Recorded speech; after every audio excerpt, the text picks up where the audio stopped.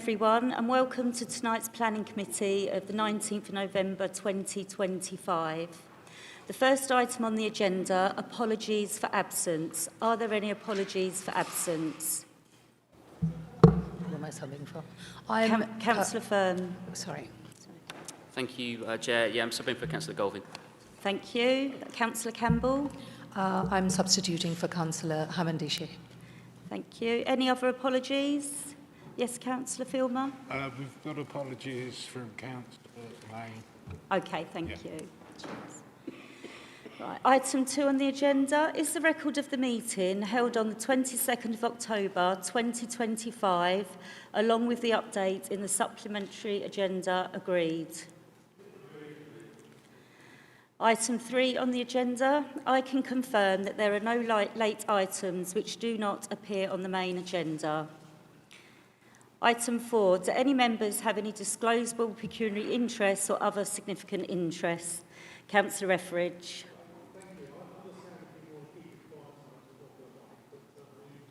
Do you want to pass the mic? Sorry.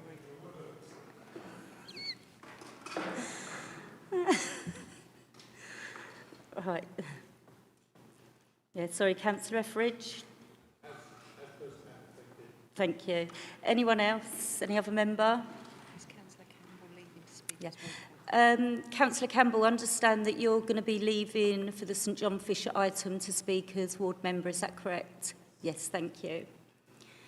Right, before moving on to the main part of the agenda, Leader of the Council, Councillor Maple, has also asked to speak on the St John Fisher application. Is that agreed by members?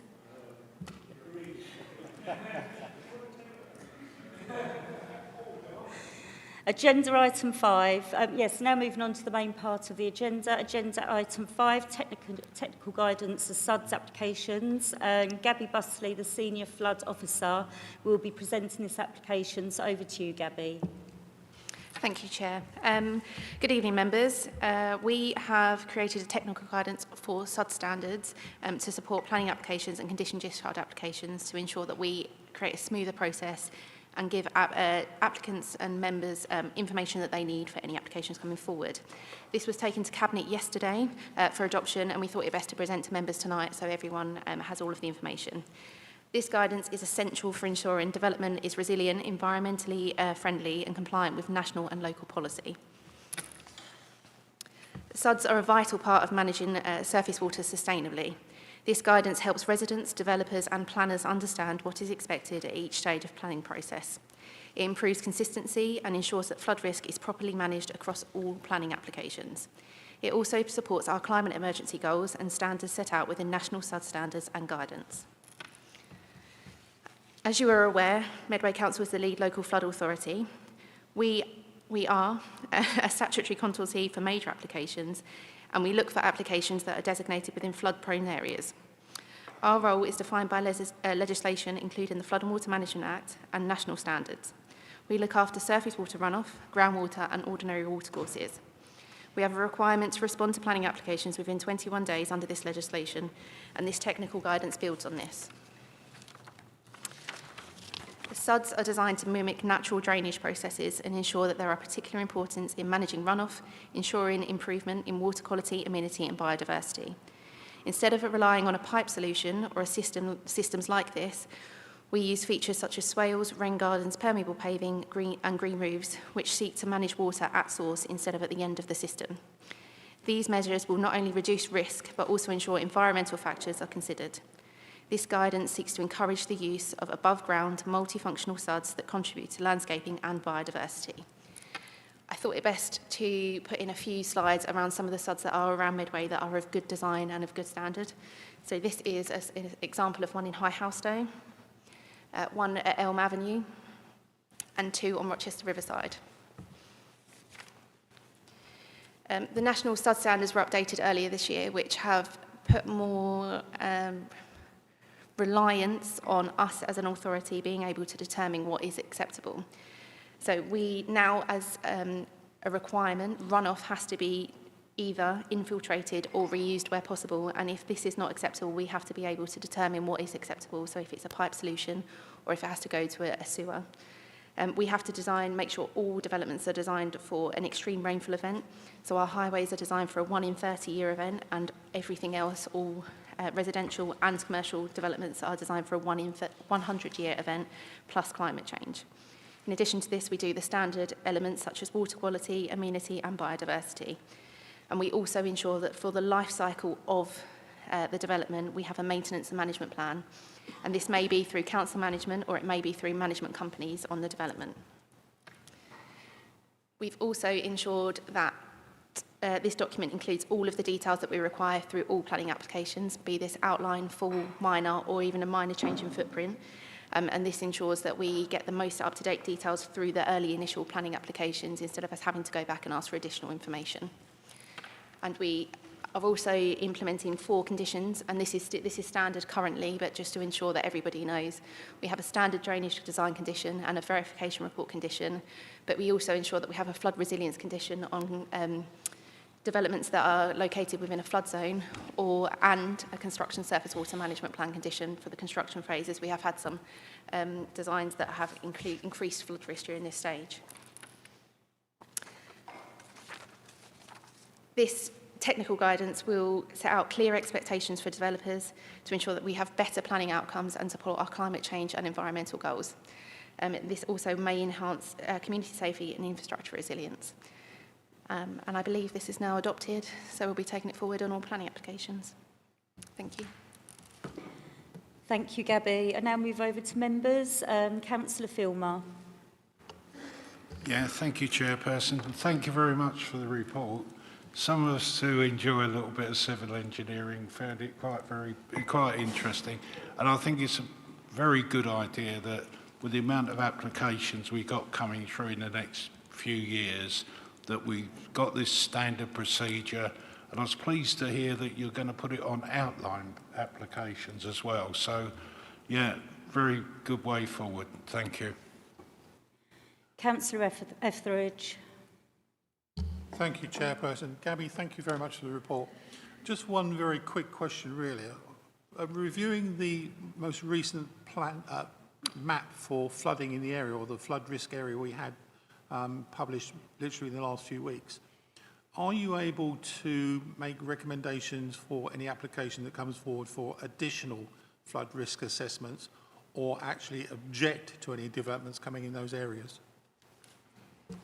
So we use the weekly lists. We go through them and highlight to the planning officers any risks that we think are adverse, and we go through every flood zone. We do require, well, I do email Pete and Dave and the planning officers, and we have these conversations quite regularly, and we require additional information. We have gone back on quite a few applications and asked for additional flood risk assessments and conditions to be added to a lot of applications. And this will continue, and we will be a lot harsher on schemes coming forward that we think, especially with the new EA flood mapping, that are in either surface water flood risk zones or tidal flood risk zones, and that will only increase with climate change, and we will keep pushing this.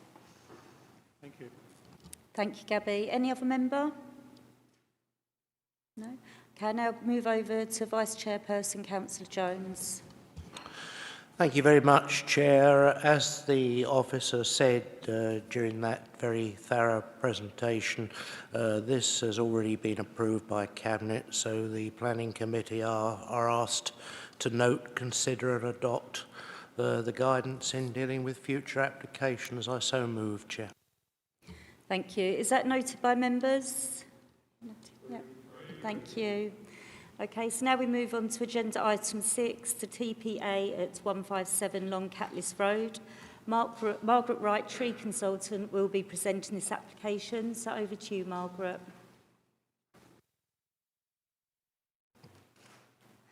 Thank you. This application seeks consent to remove a protected oak tree, a mature oak tree at the back of 157 Long Catless Road.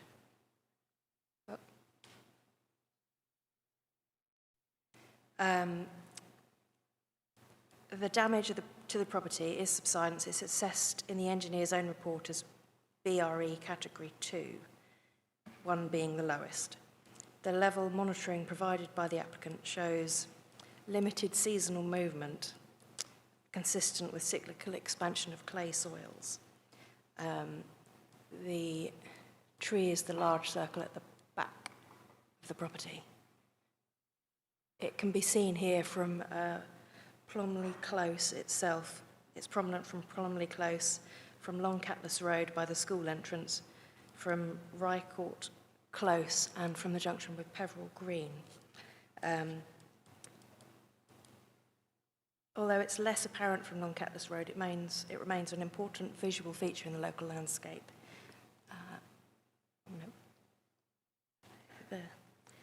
Providing screening and contributing to the continuity of the canopy cover in the area, characterised by a scattering of mature oaks left over from the old Parkwood estate.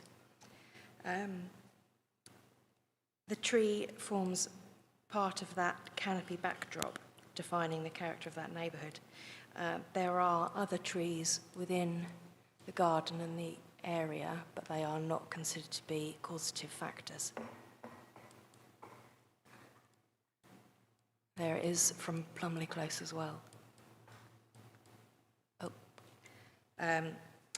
Given its scale, environmental value, the tree sits at the very top end of the amenity value spectrum. So under the regulations, the bar for removal is therefore high, and the evidence should show that felling is necessary to ensure long-term stability of the property, and not simply beneficial from an insurance standpoint. If refused, the council becomes potentially liable for compensation under Regulation 24, which would include the cost of any repair works that would not otherwise be necessary, such as underpinning. Whereas at this point, if members decide to approve the application and the tree is removed, there is no cost to Medway. Conversely, if members refuse the application and the applicant appeals, the council is still liable for compensation, and no liability transfers to the planning inspectorate. Taking the evidence submissions in the round, which is low category of damage, monitoring of the building, which shows relatively limited and non-progressive movement, the absence of desiccation and a mixed soil profile, against the tree's high public amenity value, officer's recommendation is that removal would be disproportionate and not justified in this case. Case officer recommendation is therefore refusal, as set out in the report. If you have any questions, because I know there's a lot of technical data on this one, I'd be happy to answer them. Thank you, Chair. Thank you, Gabby. Can you just say about the costs, who would be liable for it again? Did you say I didn't quite get that. Right, so under the terms of the TPO regulations, the council, the planning authority imposing the TPO, is liable for costs should an application be refused, and those costs will be reasonably foreseeable. So if at this point the building is cracked and the Building Research Establishment, BRE, says that Category 2 damage can be repairable without significant structural work such as underpinning, which is where they dig underneath foundations and put really deep foundations all the way down to far, far deeper than where the clay is presently to secure the whole thing so that it doesn't move. If the tree is removed, those works wouldn't be necessary. So the regulations allow for the applicant to claim compensation against the council for those works that wouldn't otherwise be necessary. So the underpinning, the cost of underpinning, if that's what the insurer and the loss adjuster for the applicant say is necessary, then that's what Medway could be liable for. Okay, but they'd have to provide the evidence first, which they haven't done so far, before we're liable for costs. Is that correct? They have provided evidence that is all the evidence that's required in the application form. The standard of evidence isn't high, but that's not necessarily the applicant's fault. They usually come with several soil moisture readings at various different depths in the soil profile to show a profile of drying where you've got the tree roots and it's taking moisture at depth. Here we've only got one depth reading below vegetation level, which doesn't show a profile of drying. There's also gravel and aggregate in the boreholes, which would increase drainage. So whilst the moisture content in the soil tests show the soil is very dry, there are possible other factors That doesn't exclude the possibility that the tree is involved. It's just based on the evidence bundle in the round. The evidence isn't compelling. But Medway would still be liable for costs after this application point. So only from the point where the application is refused. So up until this point, all the repair costs are the applicant's insurer's responsibility. If we refuse it, anything beyond this point that wouldn't otherwise have been necessary if the tree had gone, Medway would be liable for. Okay, thank you, Gabby. Any members? Councillor Peake? Thank you, Chair. Just want to make sure I've understood this correctly. So if we refuse the application, the tree stays in place, then there is damage. They do not have to prove that it's the lack of taking the tree away that has caused the damage. Is that what you said? Based on the application form and the regulations that we've got in front of us right now, is they've proved enough that the tree is likely to be a causative factor. And their insurer can choose to chase Medway for the costs. That would all go then to, if Medway can't reach a settlement on that, then the applicant has the right to take it all the way to the Land Tribunal's court. Okay, but there's no need for absolute proof. That's the point I'm getting to. With subsidence, there really isn't absolute proof. There isn't such a thing. There's yeah. not such a thing. I've 26 years, I've looked at cases, there's no such thing as absolute. They said a minimum of £80,000, but the minimum repair of the building costs, so quite sizable. I've got another question. Right at the beginning of the report, it does say that there's no actual evidence to say there is going to be a problem with the tree. What's gone in to try and find the evidence? Because I do know from being a landlord at other property that doing land, anything to do with soil examples and testing land and its movement can take years and still be inconclusive. So, yeah, usually what they have to provide as part of the application process, the bare minimum level of evidence is an arboricultural report, some evidence that there's clay soil underneath the property, an engineer saying that it's not down to thermal movement of the brick, it is subsidence, a corner of the property or something, some foundation part is subsiding and it's not down to washout from broken drains. Usually the insurance company sends a team around, they dig a hole, they take clay soil out from various different depths, that gets sent off to a lab and tested to see how much moisture's left in there, and it's compared against a baseline. Well, baseline for London clay is sort of all over the place, but even by London clay standards, this soil is very dry. However, we're only looking at it against one reading. So it could be very dry at this point because there's a band of gravel underneath. Or it could be very dry at this point because it was a very dry time of year when they took the readings. It's an unenviable position that the members are put in because we're looking at the bare minimum level of evidence, but according to the application process, that's all they need to provide. So it's on a balance of probabilities. Is the tree involved? Quite possibly, even with the bare minimum level of evidence that we have. But is that enough, given the importance of the tree in the local landscape, is that enough to say, we'll get rid of the tree? So that is down to members to decide, I'm afraid. okay, thank you, Chair. Thank you as well. Any other member? Councillor Filmer. Yeah, thank you. It's a very tricky one to make a decision on, really, because, as you say, the insurance companies send a team round and they bore a hole down. You look at the clay, you look at the roots and fibre in the sample, and you can say yes or no whether it's the tree that's drawing the moisture out. Well, we've had a very dry summer, which could account for why the ground is so dry. And normally with clay heave, you wait, if something drops, you wait until it rains, and normally the rain lifts it back up again. So I'm sort of, I'm a bit mindful that the council could pick up a bill for doing the repairs on the footings and the building, but on the other hand, do we know how old the oak tree is? My estimate of its age is about 150. So it's about halfway through its life then? Not even close. No. No. No, okay, thanks.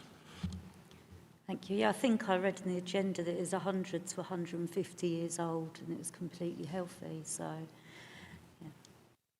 yeah. Councillor Gilbourne. Yeah, thank you, Chair. I moved into a house about 8 years ago with, well, several trees with TPOs, but one of them had caused subsidence to the property before we bought it, and that had to be checked and found out it was been underpinned. But the house is nearly 500 years old and listed, and I found it strange when I was doing all the conveyancing 8 years ago that the tree, which is only about 80 years old, took precedence over the house being nearly 500 years old. So I'm a bit like my colleague that it's a bit tricky to know because it just seems it's in the wrong place. But I understand it forms part of that environment and it's been there a lot longer than the houses. And of course the houses are only about 60 years old. Yeah. So it just, like I said, there isn't enough evidence at the moment to say it's causing it, but at the same time, this potential liability to the council is quite severe. I have not known underpinning costs to be that low. And I would say that 80 could be a conservative estimate, or it could be that maybe underpinning isn't needed. Further input from an engineer would be necessary on quantum of damage once members decide. In the meantime, whilst all this case is going on and they haven't got long-term stability of the property, they can't sell, they can't remortgage, they can't lend against the property. If they have to underpin, then they have to move out. It is hugely disruptive. So in the applicant's defence, it is a very disruptive and traumatic and disruptive process for them. But at the same time, the tree is a valuable feature in the skyline. So it's a tricky one for members. Sorry. Thank you, Gabby. Any other member? Councillor Campbell. Hi, Margaret. I'm just wondering, in many ways we have set up this applicant to fail, really, because we have given them the minimum requirement of documentation, but that's not what we're judging it by. Was there an opportunity to provide them with more information as to what would actually be considered? Was that advice given to them? I mean, obviously there would also be a cost implication for them to do further tests and investigation, but were they aware of this? It's likely not. And the basic level of evidence that the application has provided, it's all been submitted by the loss adjuster. Typically in these subsidence cases, they are very aggressive in seeking removal of the tree because for them that's the only way that they're going to ensure the property after. It's the only way to ensure long-term stability. Most of the first bundle of tests, so that's root testing, all those boreholes, the monitoring of the building over the course of a year, 2 years, 3 years, that's all born out of the policy excess. So, but it is the fault of the legislation for not writing more clearly on the application, I need monitoring for 2 years minimum, I need boreholes at a depth. It just says soil data, engineering data. It doesn't really, it's not the applicant's fault. But Thank you. Yeah, Dave, do you want to come in? Chair, I know this is unusual. I'm going to just ask a question, Maggie. Apologies. If the application is refused and they submit a claim against the council, is the council, in responding to that claim, able to say you need to provide further information? You provided the basic information for the TPA application, but in terms of the insurance claim, could we require greater justification so we can make a better assessment of it in terms of that claim? That's my first question. Second question is, I appreciate everything you've said about the applicant, and I've had her on emails to me, and I have every sympathy with her. But she's represented by an arboricultural person, a question. But just come back to one of the points that you've said, insurance companies do seem, in my limited experience compared to yours, jump to let's remove the tree before examining other opportunities. Yes. In most cases, insurance companies chase for removal because it's more financially beneficial for them and for the claimant. Whether the applicant should or shouldn't have submitted more information is going to be down to solicitors to sort of argue out once the application's dealt with. At this stage, there's nothing really that the application process can do to get more evidence. They've provided the bare minimum. We have to make a decision on that, I'm afraid. Does that answer your question? Okay, Councillor Hamilton. So I just wanted to clarify. So the tree is between 100 and 150 years old. So it contributes significantly to sustainability and climate change challenge, mitigations, yeah? Because it's acting as a natural carbon sink, and oak trees are particularly effective at that. Yeah. So not only is it about the fact that the tree is, part of a very urban landscape, it's also about issues around sustainability and our response to climate change. So yes. So that's something that we need to bear in mind. The other thing that I'm thinking about is, so if the tree is felled, has there been any discussion with the applicant about replacing an equivalent amount of trees that would address the loss that we would have in terms of our carbon response, our carbon sink? Yeah, so the industry guidance is we, arborists, we classify trees as high, medium and low water demand. Oak is on the high end in how much water it takes out to support that massive canopy. It's recommended that where you've got a case of subsidence, it's, the soil is shown to have the potential for movement. So it's only recommended that a low water demand tree go back in. So that's birch. Number one, they don't have the life expectancy to replace that carbon footprint. And number two, even if you replace a native birch species, it's never going to compensate for the loss of an oak. So my question was, we would want an equivalent compensation. So not necessarily plant a birch tree there, but plant oak trees, which would address the loss in carbon sink that we would have if that tree was to be felled. In theory, if you could secure planting elsewhere, so not on site, then you could mitigate the loss in the long term, assuming that those trees were maintained and survived. But there's nothing in the application that says that I can't say whether you should decide on that. That's just the application in front of us is replant low water demand species. Yeah, Dave, do you want to come in? Sorry, Maggie, just in answer to Councillor Hamilton's question, and please correct me if I'm wrong here, the other thing is that we're talking about an oak tree which is 100, 150 years old. So even if we were to have an oak replanted, it's going to be a huge amount of time before they have the same level of benefits, either visually or from biodiversity, climate change. Yeah. Thank you. Councillor Campbell? Sorry, I had a follow-up question to my earlier question about the... okay, I'm just going back to my concern for this poor resident who's in such an unfortunate situation, because the price of a house is a life-changing amount, really, so they're just in this bind. I just feel it's inherently very unfair to put them in this position, that we have not told them the information they need to make a strong application. So is there a way we can make sure that we don't put anyone else in this position? Isn't it easy enough to put some kind of advisory line on where they make the application on the portal? Could we just do that?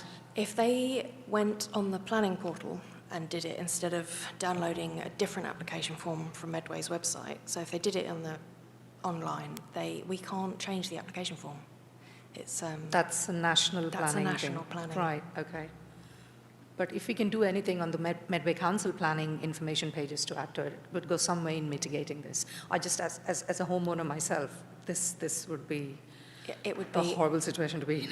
yeah, it could only be advice because the national That's fine, guidance yeah, is, but yeah. at least if you put that advice in, as in this is the burden of evidence we're looking for, Yeah. so although this is the bare minimum requirement, please could you supply this? It just Yeah. gives them a little bit more preparation, doesn't it, just to help them along. Yeah. Thank you. Councillor Peake. Yeah, thank you, Chair. Obviously, this is nobody's fault. It is what it is, and I can understand why the applicant wants, when they want to go forward, they want clarity, and I don't blame them. Is there any possibility, because I don't actually think the situation is acceptable, despite it's nobody's fault, that we are now being asked to make a decision based on such lack of evidence and clarity? So again, I emphasise it's nobody's fault. Is there anything that can be done going long term in the future that we can have regulations? And I'm going off the straight bit, but I want to take this opportunity to ask whether there any chance of this being buttoned down better in the future. And the other thing I wanted to say was, I think the loss of a beautiful tree, I think it's very sad. But on the other hand, I do try not to be hypocritical or double standard. If it was me that owned this property and there was any chance that that tree was going to destroy or devalue my property, I know what I would want to see have happened. So just putting that out there. Thank you, Chair. Thank you. Any other member? No. Okay, so from reading the agenda, the evidence has not been provided to demonstrate a relationship between the oak tree and the reported damage. It then also goes on to state that the level monitoring data indicates movement within a normal seasonal range, which is a maximum of 2 millimetre range, and that it does not support severe foundation movement from the tree roots or justify removal of a prominent protected tree. So, from reading this, the evidence hasn't been provided. This is a healthy tree, 100 to 150 years old. I have to go with the officer's recommendation of refusing this application.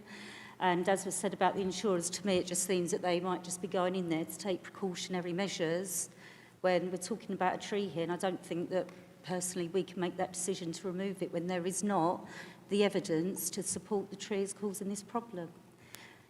Sorry, Gabby, did you want to come in?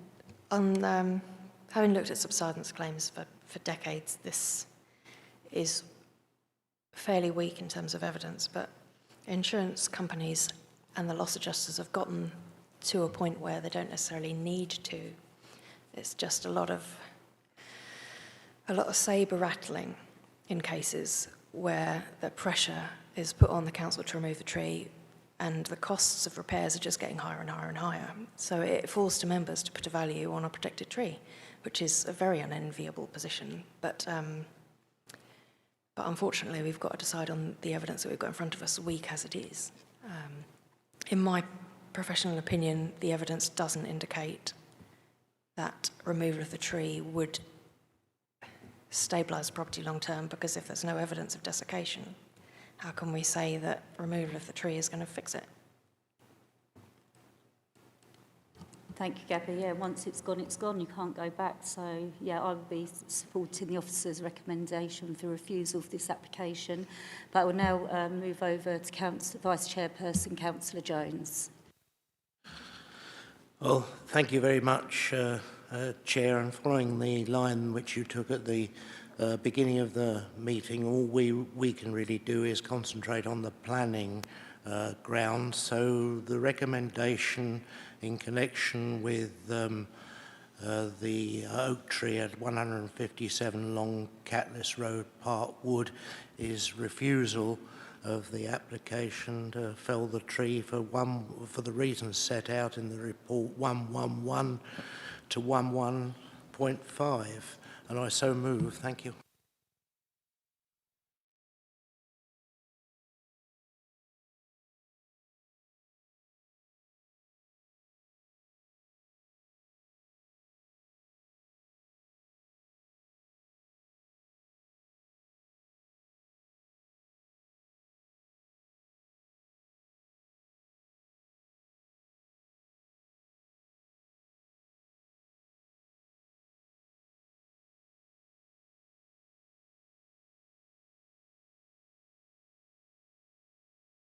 Okay, is that seconded? Thank you. Right, those for the refusal of felling the oak tree.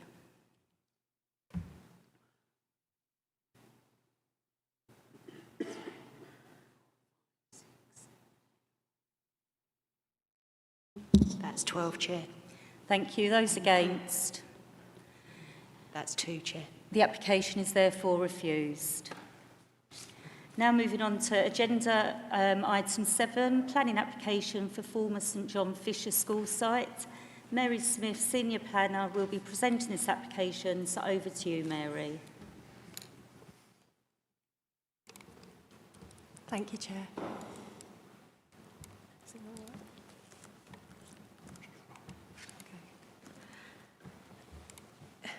Sorry. Good evening. So this application is for the demolition of the existing buildings and structures and the construction of a new food store with access, car and cycle parking, landscaping and associated works at the former St John Fisher School site in Maidstone Road, Chatham. I'll just draw attention to the supplementary report, which includes the attached objections and additional 106 matter, a contribution of £15,000 towards improvements to the public realm in Chatham Town Centre. There are a number of considerations in respect to this application. I just wanted to highlight some of the main ones so you have them in mind when we're looking through the slides. So that's the loss of the school site, the loss of open space, retail development in this location, and the new access onto Maidstone Road. So that's the site in context. You probably all know where it is anyway. I don't know how to do it, sorry. It's not working, is it? Oh yeah, sorry, I've got it now. So obviously you've got the site here, Maidstone Road leading to Chatham Station and the town centre here. You've got, I can barely see it myself, I'm really sorry. You've got the other former St John Fisher School site at Ordnance Street. Oh, I've lost it again. Here. And then you've got the joint replacement new school building at City Way. Here. To the south of the site, you've got Scotswood Avenue here, leading out with the post office a bit further along. And then obviously to the south here, you've got the cemetery with Chatham Town Football Club and the Maidstone Road Sports Ground there. So this is just a site context with the aerial photo. You've got all the school buildings to be demolished, all these buildings here. The access would go in Maidstone Road here. There's a strip of open space along this side of the existing playing field that would be lost, and it includes a slope down from the parking area. You've got separate areas of the former school site that aren't in the current application site. So you've got number 79 here, which has been subject of a separate application for conversion to flats, which has been refused, and also an application for terraced housing in the back, and that's been refused. And then you've got the main playing fields here, which are not part of the current site other than the strip along this area here. And you've got a separate dwelling, completely separate dwelling here at 91 Maidstone Road. And then you've got the existing access to the site here in Scotswood Avenue, which would only be used in the first stages of construction before access to Maidstone Road could be formed. This just shows you some of the existing school buildings on the site at present. It's quite a mixture of ages and conditions. And then some street views of the site frontage to Maidstone Road. So the site frontage starts here where number 91 finishes. The pedestrian crossing would not change. The concrete wall section of the frontage, which is here, and it's just a little extract there, that would be changed to be a brick wall to match the northern part of the site frontage. The trees on the site frontage would be removed. Originally, the majority were to be retained, but as the replacement of this section of the wall would likely to damage them, and as they are generally in moderate condition, the tree officer has recommended that they be removed and replaced as part of the development to secure resilient and robust planting for the longer term. So that's from the other direction. You can see those gates there are to 79 Maidstone Road, so not part of the current site, and the new access would go in further along. So that's an existing plan of the site. So you've got obviously the buildings and the playground. You've got the car parking, the access from Scotswood Avenue, and you've got this strip of the public, of the playing fields, which would be incorporated into the scheme. There's a little area here that's hard surfaced, and that's not part of the site, and that's presumably being retained to do with the playing fields, so it can be currently used for parking. And move on to the proposed site plan. So obviously you've got the main building here, and then the entrance would be on this corner. The new access from Maidstone Road. There's a total of 104 parking spaces, including disabled, child-friendly and EV spaces. There's cycle parking for the public, and then secure, sort of hidden for staff. Deliveries would be to the loading bay, which would be on this side. And there's a plant compound behind that area.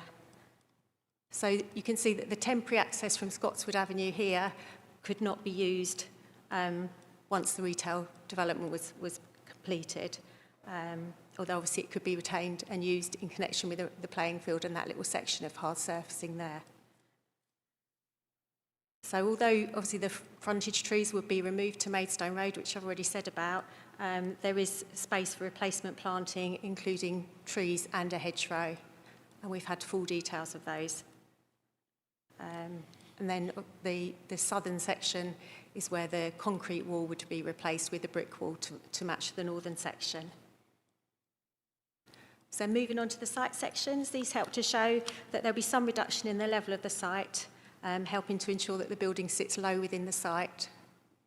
So at the top you've got the proposed, and at the bottom you've got the existing site sections. So you can barely see it, but well, I can barely see it. This is the natural ground level, and it would be reduced. And moving on to the proposed elevations, you've got the elevation into the site at the top, and with a mix of brick and silver and grey cladding, and then you've got the elevation at the bottom, which is to Maidstone Road. And I think if you note the level difference with 91 Maidstone Road, that adjoining property, you can see the difference there. And that's the rear elevation at the top, and the other side to the remainder of the playing fields. Again, it shows the sort of level difference with number 91 there.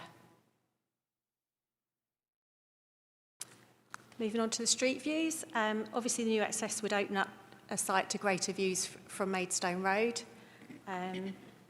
As explained before, initially it was proposed to retain the trees on the frontage, but it's now recommended they be removed and replaced. So that's showing the first sort of stage, and then in time the trees would grow up again. So a new access from the site to Maidstone Road is desirable, as Scotswood Avenue route is unsuitable for the proposed use.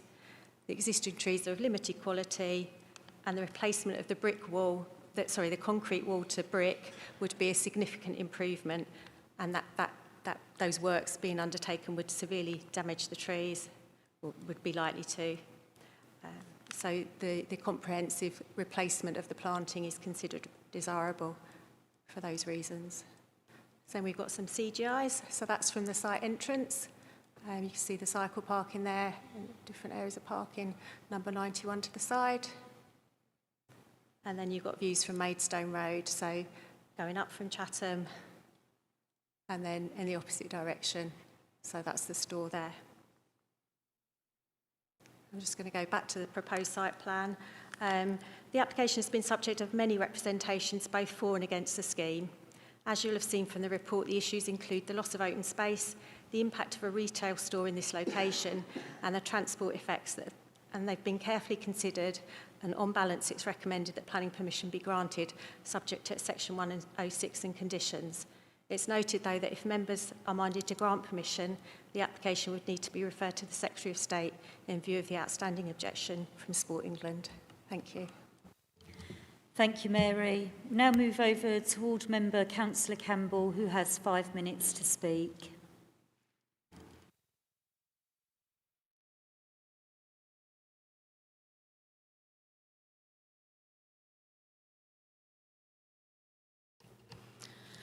Thank you for allowing me the opportunity, Chair, to speak here. I'm in the unenviable position of going up against the Leader of the Council on this. So that's not great for me, but I'll do my best to make a good case. A lot of what I want to say has already been raised by my constituents. They've done a good job. There's been a lot of representations made, and the report does address that. But I do fundamentally disagree with some of the assertions and conclusions that the report makes. The first thing I want to talk about is the need. Supermarkets are great, Aldi is great, I shop at Aldi. There just is no need for an Aldi in this location. And this location is just not suitable for a supermarket of this scale. It's a very residential area. There are corner shops in the neighborhood that serve this area quite adequately. There's an Aldi a few minutes drive up the road, which is in a much more suitable location of a retail park. It's just really hard to imagine if this is the best use of this land, if this is what this plot should be used for. It is, like I said, a residential area with a fair amount of heritage and character, and Aldi just doesn't fit in. And the report details, and I've gone to the developer's presentation about this as well. A lot of thought has gone into what kind of brickwork will be used and elevation, which may be the case, but a supermarket just doesn't fit in with the nature, and I think it'll fundamentally alter the nature of this neighborhood. It's also very close to a cemetery, which is very, very well used. It's used by locals. I see regularly people coming in to pay their respects. Children walk there, dog walkers use it. And I think as much as the report says that it's not immediately next to it, it's not adjacent to it, and the disruption will be minimum, I don't think that's true. I think increased traffic on that road, in the entrance to the cemetery, a lot of noise will be generated around the construction period. I do think it will harm the peace and solace that people find in a cemetery. And I think that cemetery is a big part of the community there. I disagree with the assessment about the traffic. It's a very, very busy main road. I live very near that. In fact, I live across the road from this proposed Aldi site. And there's only one lane for each side of the traffic.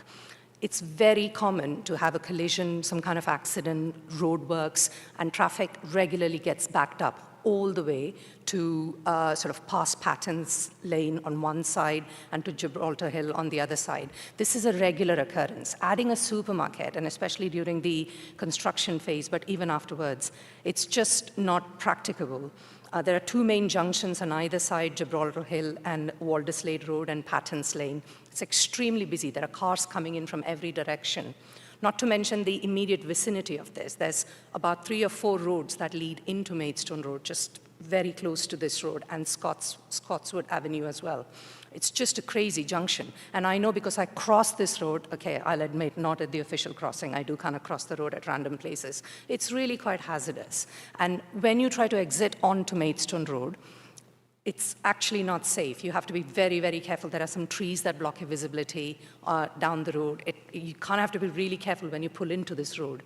So the entrance on Maidstone Road, it's not that safe. You're coming onto very fast-moving traffic. So I do question the road safety element. Rush hour traffic, it's regularly completely backed up, and this is just going to add a significant volume.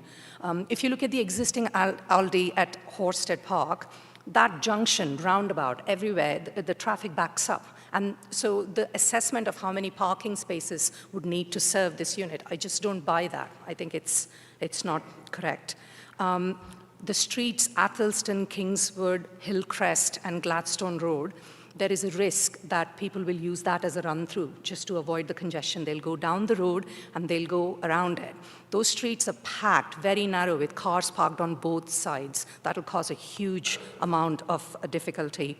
We're looking at potentially losing a pedestrian crossing. Before my time runs out, I do want to say that most of the other parking is a real problem. People will try to park on the street and nearby streets.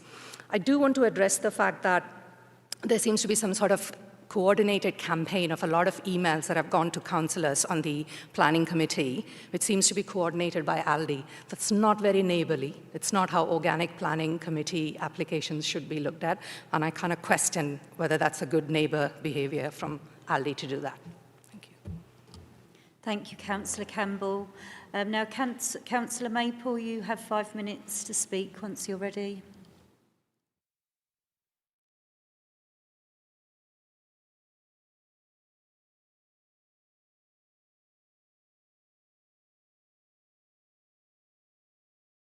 Thank you, Chairperson Stamp, and thanks to colleagues for allowing me to speak. I've been coming to planning committees for more than 18 years, and our Chief Planning Officer, Dave Harris, excellent Chief Planning Officer, often refers to something called a balanced application. And if you wanted the prime example of that, that is what we've got in front of us tonight. And I'll give you a real-life experience of this. So the Lamprey Fish and Chip Shop, other chip shops are available, which is probably halfway between my house and Councillor Campbell's house. I popped in there a couple of weeks after this application had gone in. There were 4 people waiting for their food. I just asked them, what do you think of this application for a new Audi? 2 of them wanted it, 2 of them didn't. And I think you can see from the number of application submissions that have been made tonight, there is a real balance to be struck here. So I really respect and understand the committee's challenge tonight, because this is a genuinely balanced application. If this was an application for Aldi in Chatham High Street, I suspect there'd be very few rejections and people opposing it. If equally this is for housing in this space, probably very few rejections, although as was said in the excellent presentation to begin the item, there has been an application nearby and that has been rejected. I've listened carefully to my residents, and I genuinely understand that both where we are with, of course, the neighbouring wards, actually the impact for residents in those 2 wards may be quite different. So certainly the vast majority of residents I've spoken to are supportive of this application for a couple of reasons. One, around job opportunities, and you can see within the papers that it's estimated to be around 40 long-term job application proposals, along with, of course, the work that comes with construction. And secondly, the access, particularly for those perhaps who don't have a car, and my community certainly has disproportionate levels of people who don't have access to a car. They'll use public transport or walk to places. Having this close by to them will be important. One of the concerns I've had as a ward councillor was around the potential impact on other nearby shops. But I think if you look at the 2 examples I'd give looking at what's happened elsewhere in Medway, if you look at the Davis estate, and I would agree with the issue of the roundabout there, but actually this is a different travel scenario. But actually for the small parade of shops in the Davis estate, they have been static and remained effectively the same since Aldi has been there. For those of you who know Gillingham, actually Duncan Road has got more convenience stores nearby than it used to have when before Aldi had opened. So that impact on local businesses, I would be concerned about that if I'd got evidence elsewhere in Medway that that had been the case. I haven't seen that. But I understand why people would have concerns, particularly around the post office. It was recently in the newspaper that the long-standing post office managers have stepped down after nearly 30 years of service. So I am supportive of this application. I understand all the arguments and rationale put forward by my colleague, and they're legitimate as well. Both of our positions are legitimate tonight, in my view. You as a committee will come to the conclusion on balance. If you are minded to support this tonight, I'd ask for 2 additional recommendations. I recognise the contributions that are being made already within the Section 106 agreement. I'd want to make sure that the construction plan had specific reference to the ability for residents to raise concerns quickly. We saw that actually, in my view, best example of that was, ironically, I guess, when the St John Fisher site for the new school was created. There was a very good condition, so something similar to that. And I'd also want to see in the Section 106 agreement a quarterly meeting being open and available for residents to come and speak to the staff to raise concerns. Now, the developer's promoter has been in touch to say, well, of course, the store manager will always be ready and available to speak to people, and that's a good thing, but I think having something in place so if residents have got concerns, they can have that peace of mind that they can raise those, within just a couple of months if they need to. If it's more urgent, of course, they'll pick it up more quickly. So I appreciate this debate will be difficult. I appreciate there'll be differences of views almost certainly, but from my perspective, listening carefully to my residents, I'd ask you to support this application with those additional conditions. Thank you very much. Thank you, Councillor Maple. So before moving on to members, Councillor Maple mentioned some conditions that if it was to be approved that go in there, that residents have a forum where they can meet up on a regular basis, like quarterly, and the other bits he mentioned. Is that agreed by members that we add that in as a condition? Agreed, yeah, because at Priestfield they do the same kind of thing, the football stadium, and it works really well with residents where they go along and they have quite a good relationship with them. Okay, so Councillor Etheridge, did you want to come in? Thank you, Chairperson. Within the conditions, I noticed they mentioned bird boxes. I much prefer if we actually had Swift bricks or something more permanent than a box itself. Also, within the conditions, it mentions electrical car parking and charging, but it doesn't say how many. So I'd like that clarified. And then finally, and it's not a condition, it's something possibly that we could ask them to take into consideration. As this is a brand new building, perhaps they'd like to put a space aside to have a pop-up bank appear occasionally, because I'm certainly aware of the banking service in that area is pretty dire. Thank you. Thank you. Any other member? Councillor Gilbourne. Thank you, Chair.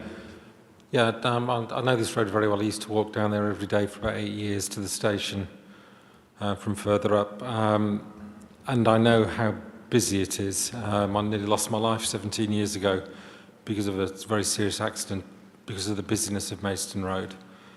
And so I can remember at the planning preview expressing this concern about the traffic arrangements and the busyness of having another junction to what will be a busy supermarket. And I really can't see how it's not going to cause major traffic problems. So I'm not, I'd love to see something like housing on there or a sports centre or something with less car movements. And the fact that the local shops, they will be affected. And I can take fully what's said about it might even reduce some traffic movements that don't have to go up to Horsted Park to Aldi there, but I can't see that being much of a difference.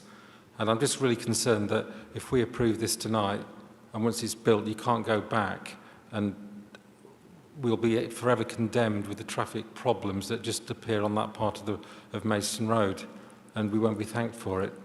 So unfortunately, I'm not going to be able to support it. Thank you.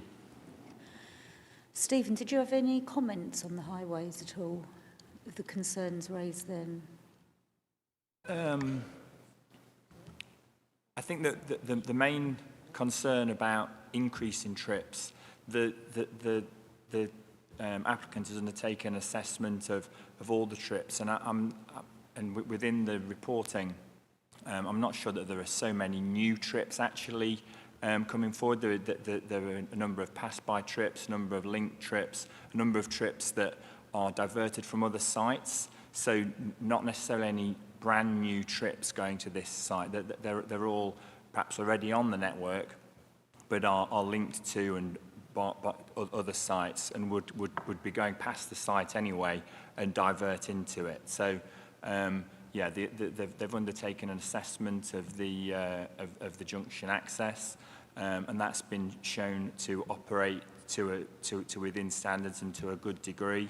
And they've undertaken a peak period assessment of trips to and from the site as well.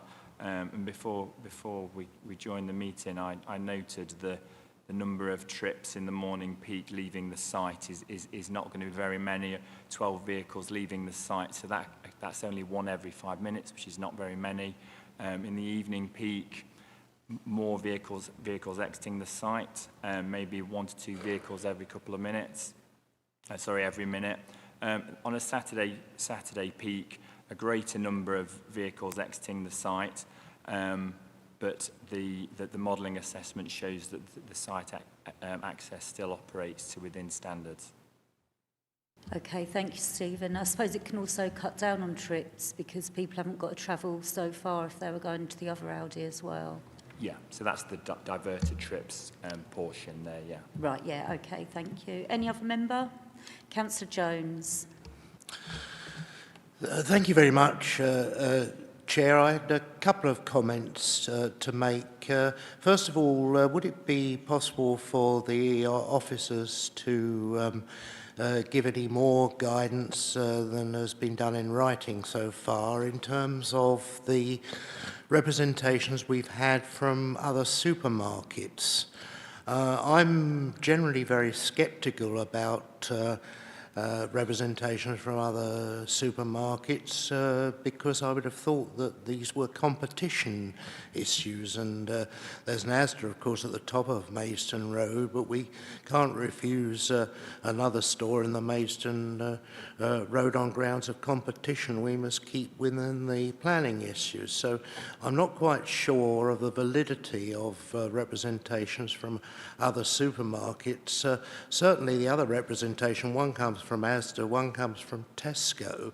I'm very, very surprised to see an objection or a holding representation, perhaps that's a better way of describing it, from Tesco, who closed their store in central Chatham, an area of high food poverty, and left the area without a large supermarket, which is the space which surely Audi is filling. So point on that, and the other point was, I'm afraid I didn't fully absorb Councillor Etheridge's pearls of wisdom, and I wondered if I could have an officer view on the points that he was making earlier. He made a couple of points, I think, in connection with the report, and if I'm going to move additional conditions other than what's already been added, I'd like to have an officer view on that, please. Thank you.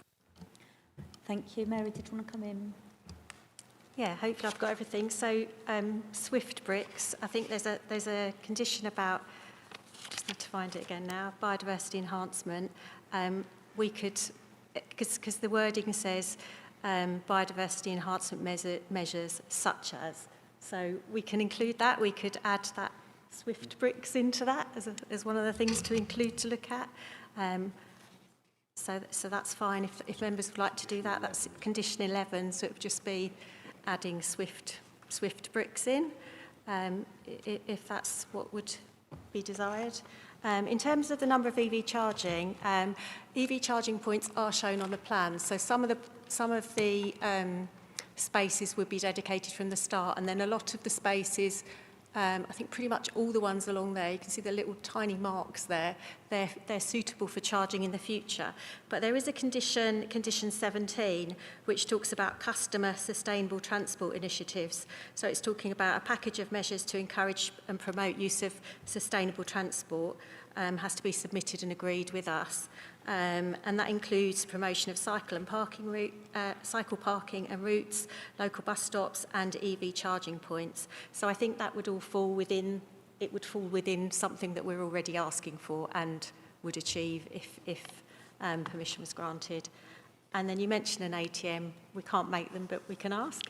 I think Sorry, I'm not asking for an ATM. There's I a thought number that's of what you said. supermarkets, I'm aware now, Yeah. that actually designate a space of where various banks will come in and customers Oh, go I see and what you mean. see banking managers and things. So that's quite an accepted Yeah. protocol now. I'm just wondering if we could ask them. You obviously can't compel them, but to consider it. Yeah, we could put that as an informative on the decision notice. Sorry, I misunderstood you. Thank you. Was that all your points covered, Councillor Etheridge? Yeah. I only had the Swift brick, but then missed the other one. It doesn't cover Mark's question about the supermarkets. Yes, supermarket objections, yeah. Thank you, Chair. Yeah, just in relation to Councillor Jones's comments on the representations, both representations from Asda and Tesco raise legitimate planning reasons for their objection. They don't object on the basis of competition.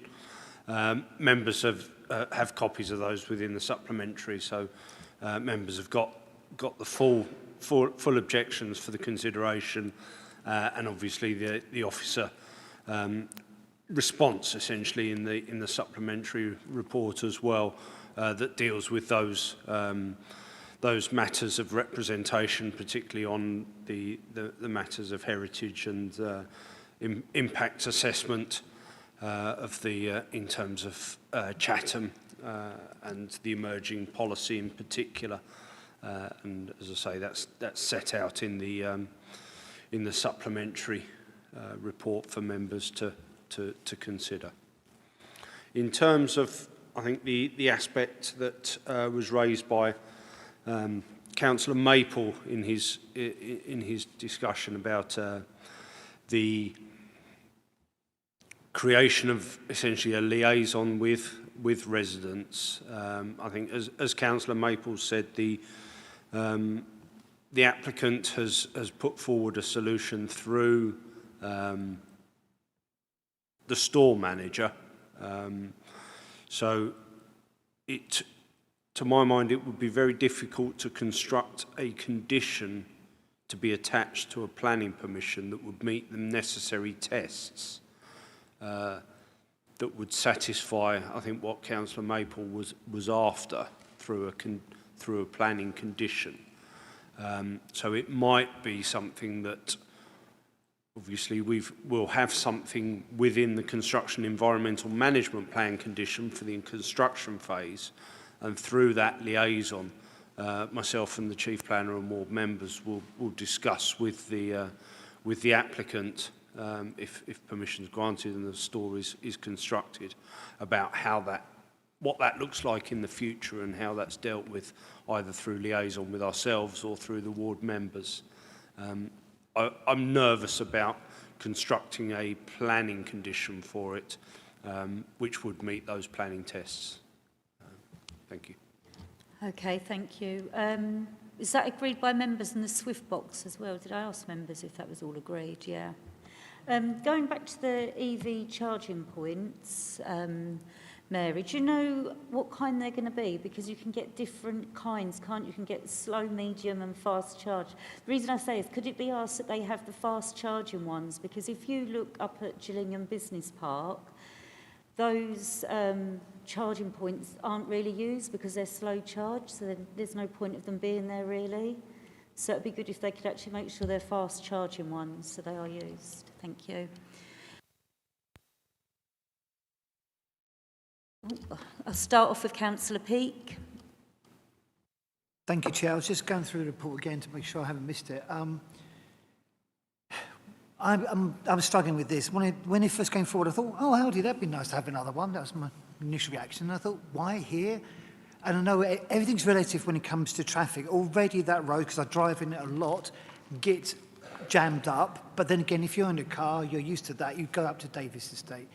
If this application had been for somewhere actually in Chatham itself, like the High Street, then the argument that it's for local footfall, to me, would make a lot more sense. I can see the attraction of that. Always wonder what happened about Tesco, but I remember going in there and thinking how soulless it was, and maybe they had their own issues. What I'm concerned about is the what seem to be assumptions potentially by either side about the level of traffic. Audi would not be putting this amount of investment into a construction of like this without the management doing their business plan. Their business plan will not only look at the immediate costs to get a quick return, but also the long objective plan for growth and so on. And I find it hard to believe that they would go about constructing this on the basis of local footfall. Obviously, there will be some, and it'll be very convenient for those who can walk there. I expect they have applied for this because it is on a main road, and they will be anticipating much higher levels of traffic than this report suggests. I actually do find, like Councillor Campbell, I actually find those figures hard to believe.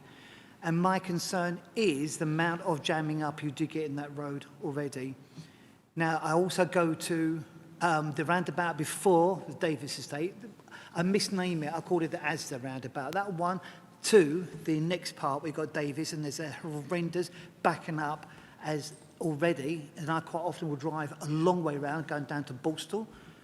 I take a longer journey to avoid that amount of traffic, and I'm anticipating that kind of problem already in an area of a road where you already quite often get jamming up, not because of an accident, just sheer volume of traffic. So I'm a bit concerned about the traffic level. Thank you, Chair.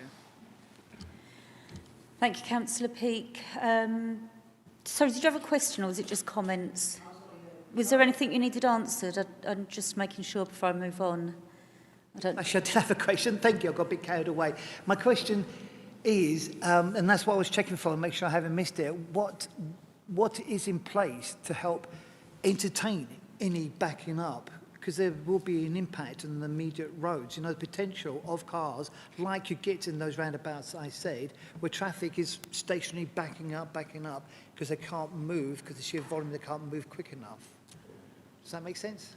Yeah, I think so. I think Stephen answered that sort of earlier, but did you want to come back again, or anything further to add? Or? Yeah, the applicant undertook some analysis of the local network and provided some snapshots from their surveys, focused on primarily the Alexandra Public House junction to the north and to the Pattons Lane junction to the south, which we asked them to do. They didn't undertake any modelling at those junctions, but they did show that queues dissipate within and reduce to be gone within a single signal cycle. Okay, thank you, Stephen. Councillor Bowen. Yeah, I was just wondering, residents objecting because of the green space, I understood that wasn't used anyway. Can you clarify, please? Mary? Yeah, I think the space isn't used now because the school's shut, so it's not public space. It's part of the old school playing field, so it's private land, so it's not used at present. Yeah. Thank you. Thank you. Councillor Hamilton. Right, thank you. I've got two questions. One relates to, has there been any discussion about the use of local apprenticeships in the construction phase, or apprenticeships in terms of actual employment in the finished site, should it be approved? Second question relates to biodiversity. So are we confident that the biodiversity net gain exceeds 10%? And what development or work has been undertaken regarding the bats? So, subject to whatever you say, I would like to have some sort of condition put on around the use of local apprenticeships.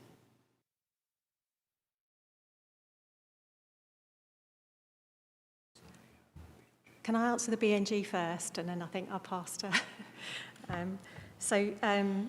We've worked closely with KCC Biodiversity, who are our specialists for that, because there was concern about the bats in terms of, because the removal of the trees on the Maidstone road frontage wasn't at the beginning, and then it was worked out that actually was the best thing for the reasons that I've already said, and there was quite we had several meetings about the impact on bats and whether enough study had been done to make sure that it was okay, and our specialists are happy that the information that we've had is sufficient. And there's also a condition for a sort of precautionary construction environmental management plan for ecology. So it gets dealt with at that stage, you know, because it's important when construction is actually undertaken that the wildlife is sort of treated, you know, properly and looked out for at that stage. So you've got condition 4 covers that, and our experts are happy with that. In terms of BNG, yes, everyone has to provide 10% if they need to, and this is a scheme that needs to provide 10%. But it's a condition that doesn't. The BNG requirement for 10% gain is a condition, but it's not a condition that we put on in our lumbered conditions. It's one that's there anyway. It's in the law, so they have to do that. Yeah, but my question is, does it exceed 10%, or is it just scraping through on the 10%? Well, we don't know yet. I mean, they will have to provide 10%. We can't make them provide more in terms of that condition. But there is another condition, there's quite a lot of conditions, which talks about biodiversity enhancement. So that's the one where we talked about the Swift bricks, condition 11, and that is on top. That's extra. That's not the 10% BNG statutory that you have to do. That's on top. So there is more. Thanks. Thank you, Mary. Pete, were you coming in? No. Yes, just on the matter of apprenticeships and I think local employment. I think the applicant has said that in terms of the employees of the store, they seek to recruit locally, and I think that's generally the model that they approach for all their stores. In terms of use of apprenticeships specifically, we could look to put something into the section 106 that the applicant uses best endeavours to secure apprenticeships through the construction and final employment. Obviously, there would be some limiting factors within that. Obviously, if the applicant themselves isn't in control of, for example, the construction element, and that's sort of subcontracted out. But yeah, best endeavours would then allow them to essentially do what it says on the tin and do their best to achieve that apprenticeship.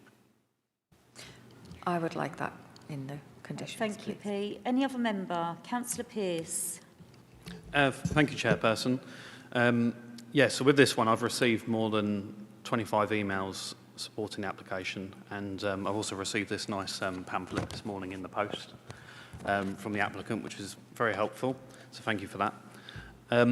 There are lots of positives with this scheme, so I'll just pick out a few things. There's solar panels on the roof, there's lots of ecological measures such as bug and bird bricks.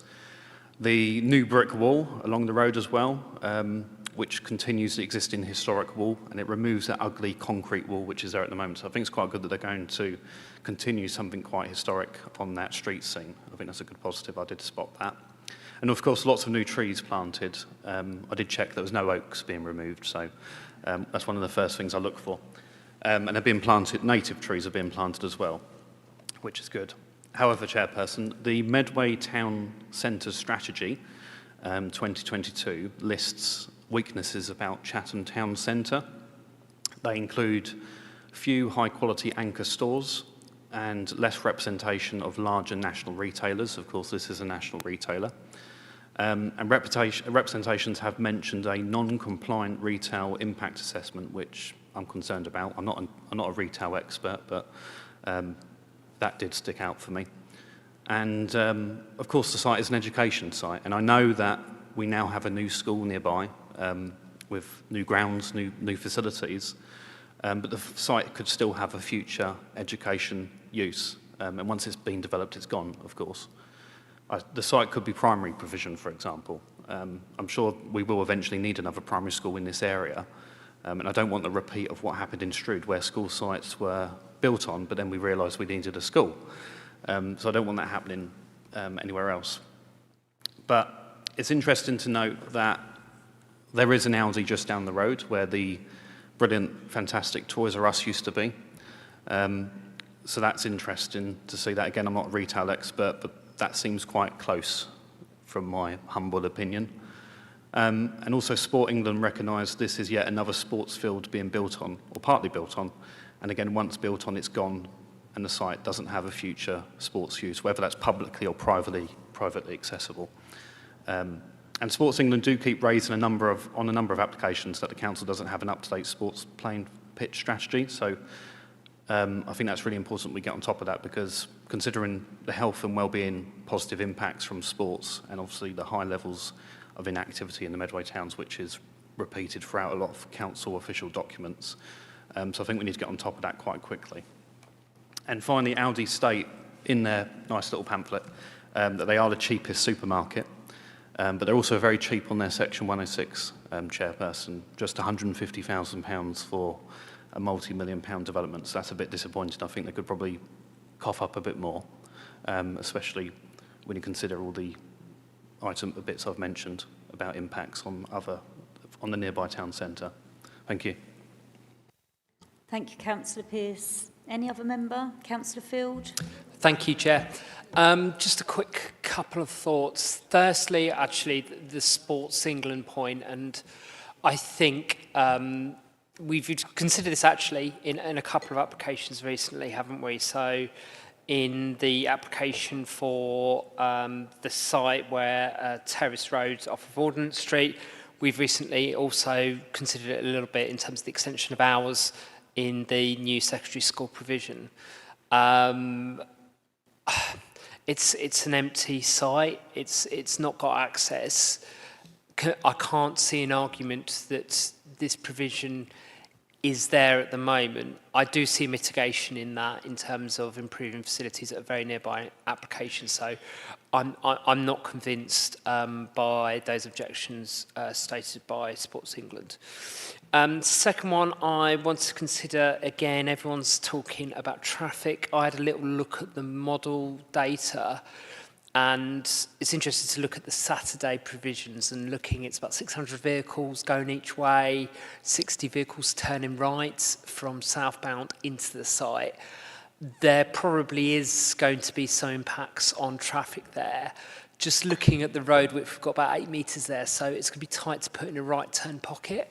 But I am wondering whether there is something that we could do via Section 278 in terms of looking at highways and making sure that right turn pocket is moving, considering it's quite an important bus corridor.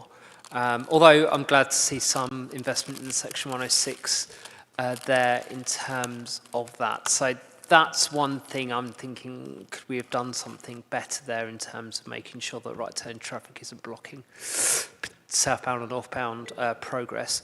And the final point actually was just considering the location and in terms of access to cheap and plentiful food provision, particularly around the right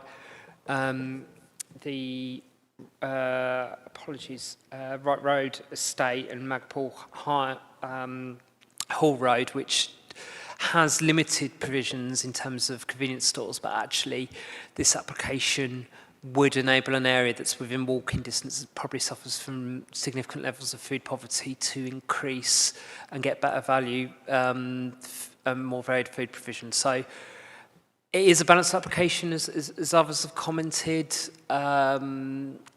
So yes, we shall see what it is about that, but we do need to think carefully on this one.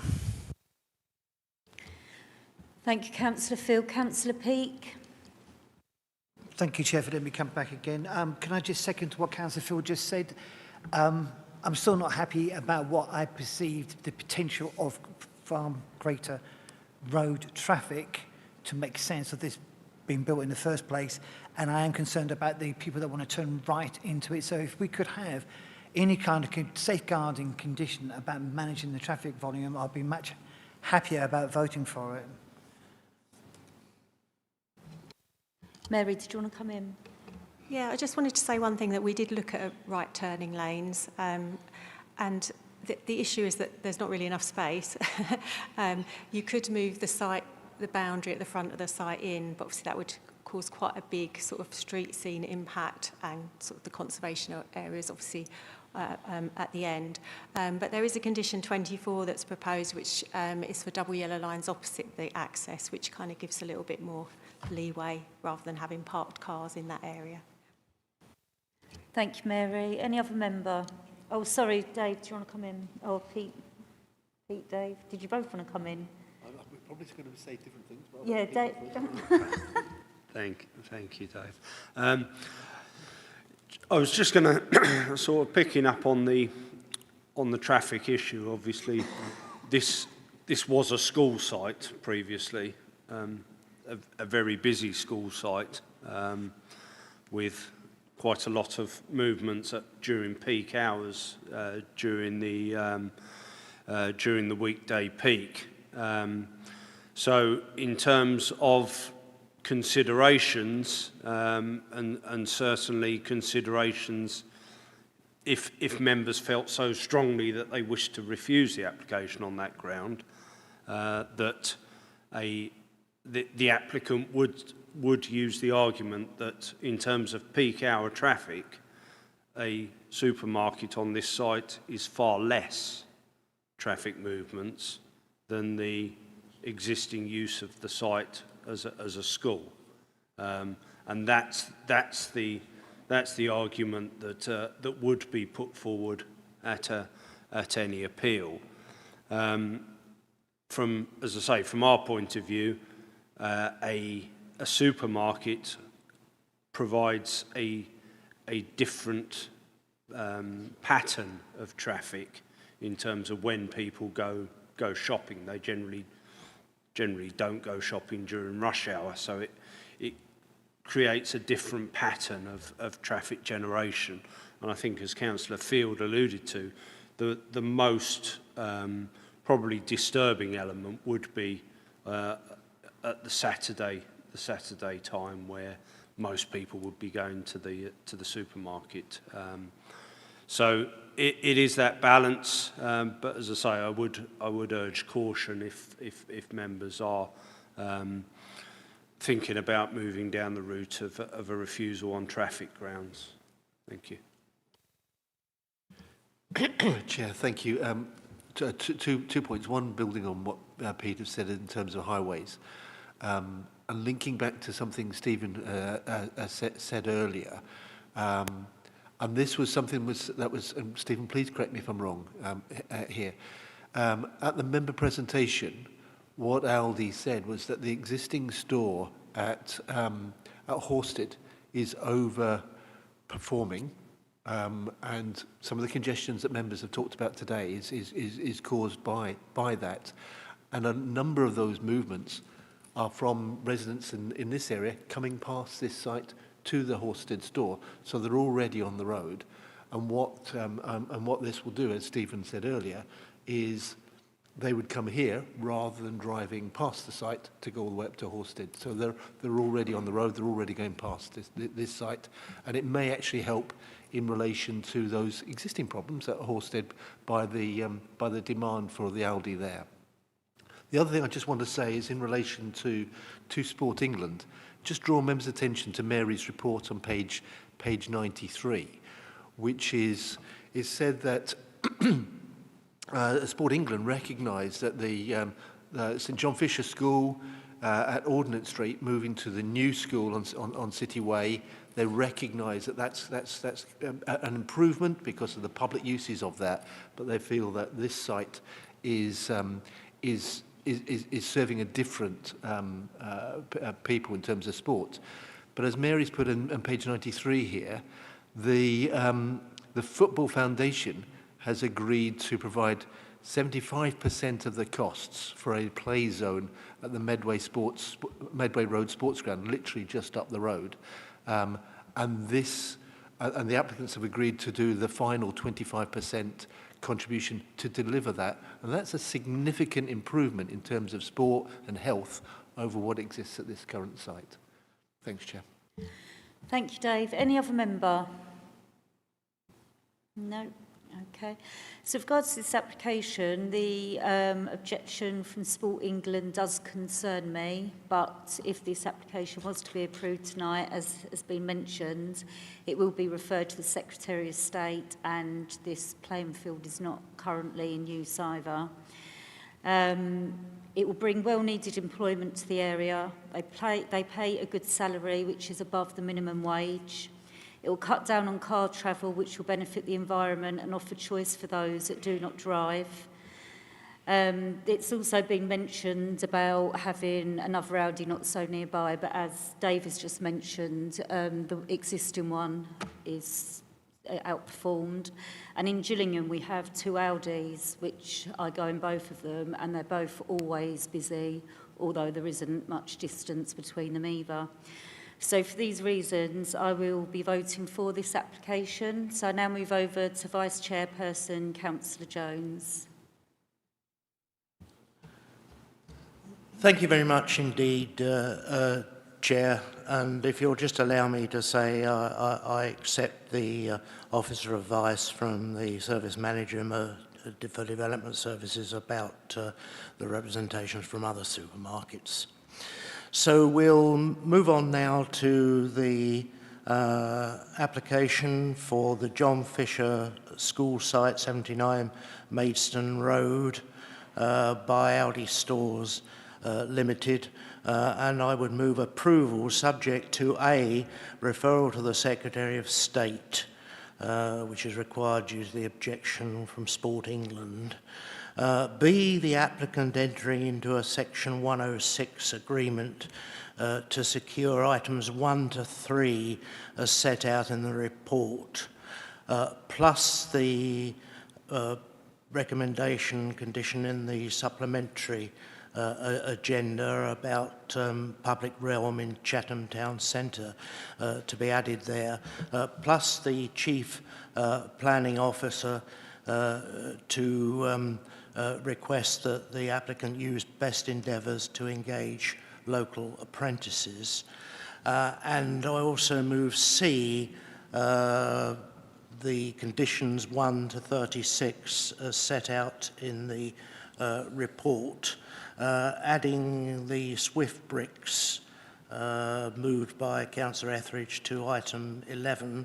The Chief Planning Officer to liaise with applicants regarding residents' meetings as part of the Construction Environmental Management Plan, plus an informative to be put on the application, the approval about banking services. I move all that, Chair, and hope I haven't missed anything. Thank you. I think that was all of it. You did well to remember all of that. Yeah. Is that seconded? Seconded. Thank you. Those for the application?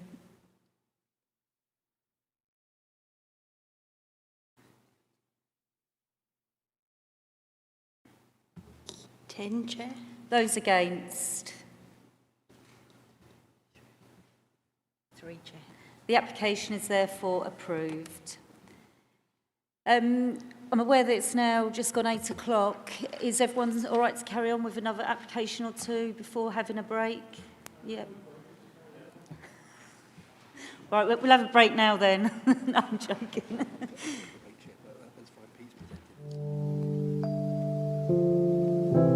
Item 8, which is the planning application for land rear of garage site Cordelia Crescent. Peter Hockney, Service Manager, will be presenting this application. So over to you, Pete. Thank you, Chair. Yeah, so this site, you can see there outlined in red, is a garage site that's located behind residential properties. And it's it's partly previously developed land, as you can see from the garage blocks that are on the site, and it's within the urban area.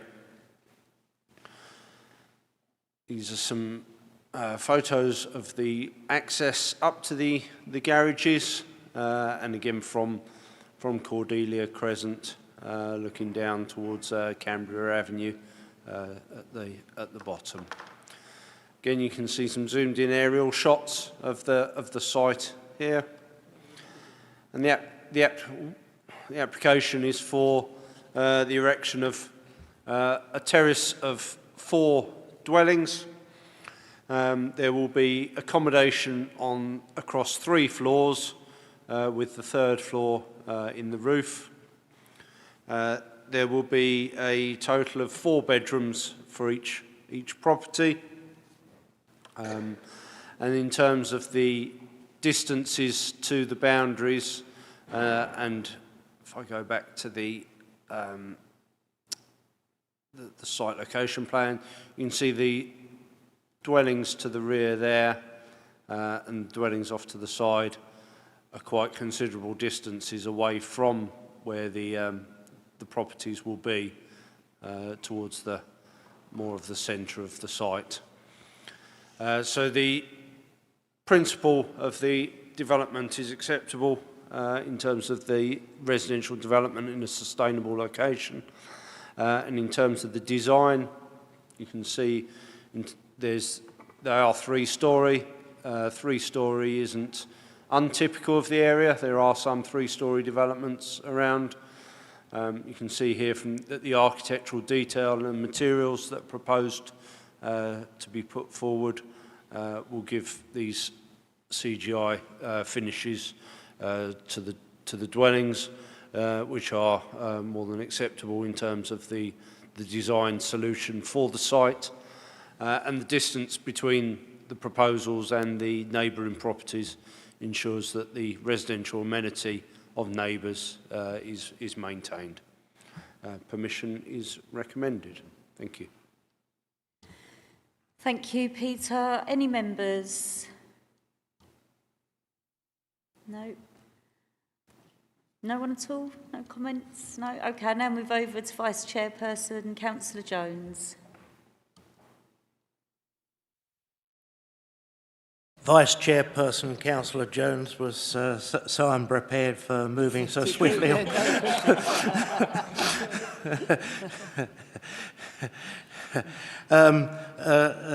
So we're on the application on Cordelia Crescent, I believe. Yes. Just wanted to make sure that I got that right. Thank you very much indeed. So move approval with conditions 1 to 15 as set out in the report. I so moved, Chair. Thank you. Is that seconded? Those for?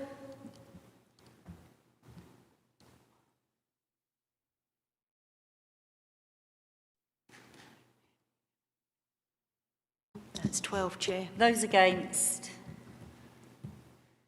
That's 2, Chair. The application is therefore approved. Now moving on to, see, I feel all out of sync now, where it was so quick. Right, moving on to agenda item 9, which is a planning application for MCL Limited Grove Road. Peter Hockney, Service Manager, will be presenting this. So over to you, Pete. Thank you, Chair. Yes, so this application site is located in Upper Horling. It's a former commercial site located here off Bradley Road, which is a sort of informal access road that runs in that L-shaped location off the street in Upper Horling. Planning permission was previously granted here for 8 dwellings on the site, and those dwellings are under construction at the moment. These were the elevations and floor plans of that approval. And then in terms of what's proposed now, there is a gate which is proposed to be installed across the vehicular access, and roof lights in the properties to allow the roof space to be used as additional accommodation.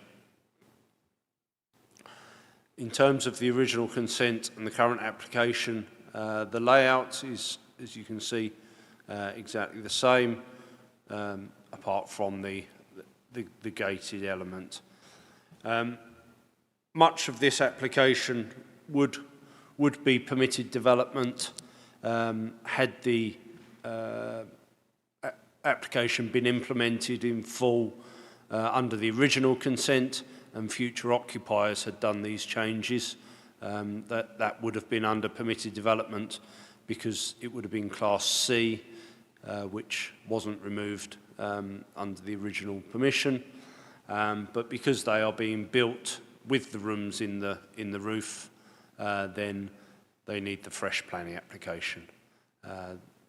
So from our point of view, they are acceptable and raise no significant planning concerns that would warrant refusal. Permission's recommended. Thank you. Thank you, Pete. So just to confirm, there's no change in height, there's no dormer putting on, it is literally just roof lights in the window from the outside. Correct. Thank you. So now open the floor to members. Any member? No. So I now move over to Vice Chairperson, Councillor Jones. Sorry, Chair. Councillor Peake was just asking me why this had come to committee. Would it be a good idea to have that question answered first? I don't think we saw Councillor Peake. Sorry. Okay. The application's before members due to the number of objections from residents in the vicinity. There's been no call in from a member. So I'm sure you've said this before. When it comes to committee, because of a number of objections, is that done literally on a number? Is because of so many, or is it the quality of what they are? If that's like a really genuine, in your opinion, objection. It's purely the number. It is 5, which is the threshold, or not necessarily 5 objections, but 5 representations contrary to officer view. So in this case, it's objections because we are seeking to recommend approval. Thank you. Sorry about that, Chair. I'll now carry on. In connection with the application as set out in the report from Upper Halling, I move approval with conditions 1 to 9 as set out in the report. Thank you, Chair. Is that seconded? Seconded. Right, those for?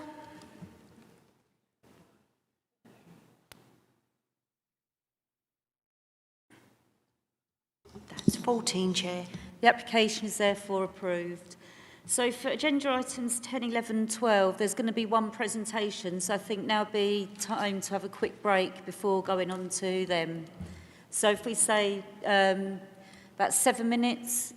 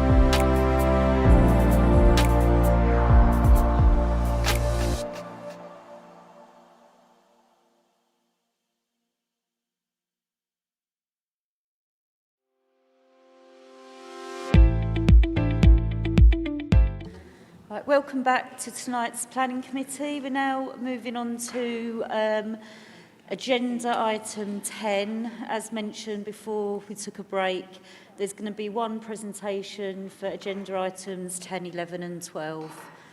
Okay, so Hannah Gunner, Principal Planner, will be presenting this application. So over to you, Hannah. Thank you, Chair. Good evening, members. As the Chair has said, these next three applications are all going to be presented as one due to the fact that they are all reserved matters phases of the East Hill application that was approved in outline at public inquiry. The outline application is for 800 dwellings along with retail space, a school and community facility with associated link road, open space and infrastructure. What we're considering tonight is phase 2, which will be for 36 residential units, phase 3 for 263 residential units along with a commercial unit, and phase 4, which is 198 residential units, all of these phases with open spaces and infrastructure. Oh, that's a good start. Right, so just the general overview of the site. This red line outlines phases 2 to 6. So there are 6 phases in total. Phase 1, which is approved by the Planning Committee in May 2024, sits to the southern end of the site here. This was for 91 residential units and is currently in the process of being built. So phases 2 to 6 sit within this area of Capstone, which is to the west of North Dane Way. So in terms of these phases, just so that you can see, phase 2, which is under consideration this evening, sits to this northern end of the site and is situated by the Wagoner Howe roundabout. And then we've got phase 3 down here in pink, within sort of, I say within phase 3, but not part of phase 3, sits the approved school site. And then we've got phase 4, which is the orange bit here. So just because it's helpful to navigate, there's a spine road that's approved that runs through the site that links North Dane Way to Capstone Road. That is part of a separate application which has been approved, and our works have commenced in relation to some of the clearance works for that spine road, both on Capstone and North Dane Way. And then we've got the school site that is shrouded by phase 3. In terms of the school site, this was agreed as part of the outline planning permission and also secured in this location as part of the Section 106 agreement and has been secured by this approved phasing plan as well. In terms of an update on that school site, discussions are currently ongoing in relation to when this will be handed over to the local authority. Our education team are keen to take hold of this land at the earliest available opportunity so that they can work on a planning application and getting the submission in, and those discussions are live and ongoing. So sort of just as a bit of an update, although that does not form part of this planning application, just for clarity. So in terms of these phases and how they sit in terms of character areas, this colourful plan sort of sets out there are a number of character areas that will sort of sit within phases 2 to 6. So 2 has its own character area here, and then we've got, which is called the Hale character area. It's very low density, mainly due to topography and restrictions on the site. And then we've got phase 3 here, which consists of 4 different character areas. We've got the urban quarter, which is this green area here, which is quite high density. The Spine Road aspect, which is here, which looks out onto the Spine Road, again high density. We've got suburban here, which is a lot lower in its density. And then we've got properties fronting Shorestead Road. And then we've got phase 4 here, which is Hilltop, which is the character area in orange. And then the purple Spine Road character area. So throughout discussions, throughout pre-app and various design reviews, it was considered that a character area running along the length of that Spine Road would be beneficial rather than having areas of different sort of character areas and definitions. We've actually got some continuity through the development whilst maintaining sort of pockets of individual design quality. So phase 2, which is this top phase, this red line just shows the extent of it, and then so Capstone Road runs along here and along here, and then you can see that the site is actually split in half, and that's due to the spine road cutting through the phase. So when we look at the unit, this proposal here, you can see this character area, there's 36 homes within it, predominantly detached. There is one pair of semi-detached which are located here. The rest are detached properties. This is a particularly steep site with the highest area here running down much lower towards Capstone Road. The roads are set sort of quite parallel to each other to sort of account for the topography on the site. But what we can see here on this side is quite a significant open space. There's some dense planting along this side. This open space here has been designed in to allow for glimpses into the site as you're approaching the roundabout. But in terms of, there's a attenuation basin here and here within the site. But predominantly we've got sort of almost 3 parcels, if you like. There's 11 units on this top road, 13 on the lower and 12 in this southern parcel. This is just setting out some precedent images of the sorts of design features that have been incorporated within these properties. And this plan here just shows a bit of detail of the landscaping that's proposed for this.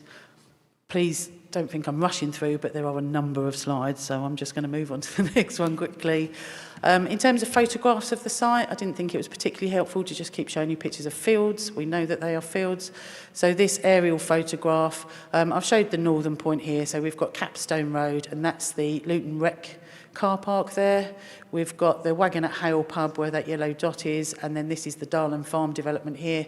So Capstone Road runs along here and here. So phase 2 sits within here, and obviously this is the roundabout here, and the spine road comes off here and comes through.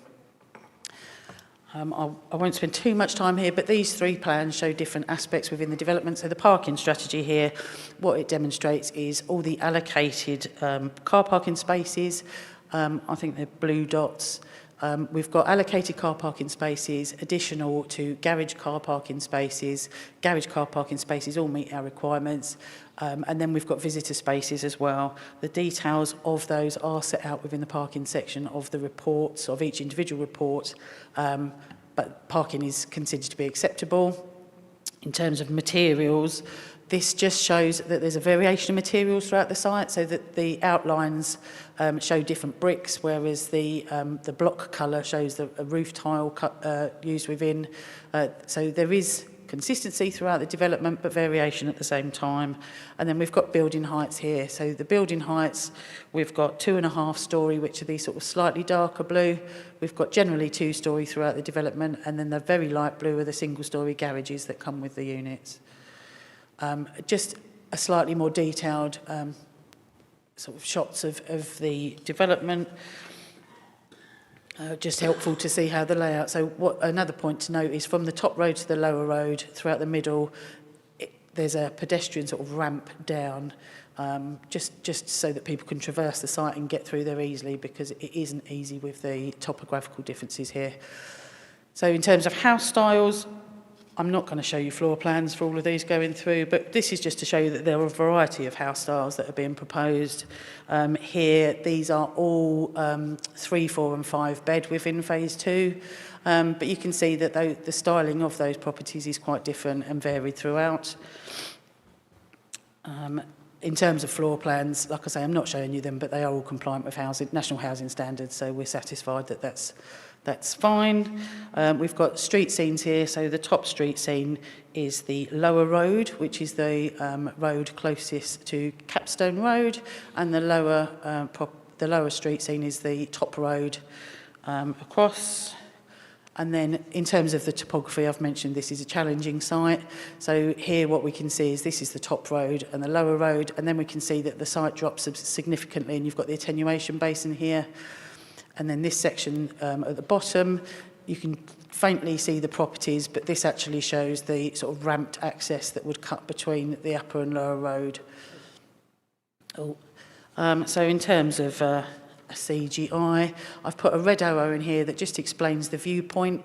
So it's taken from, as you come off the Capstone Road up the new Spine Road, you can see as it comes up here, this would be the southern the southern properties here, and then this property at the front would be this end property here.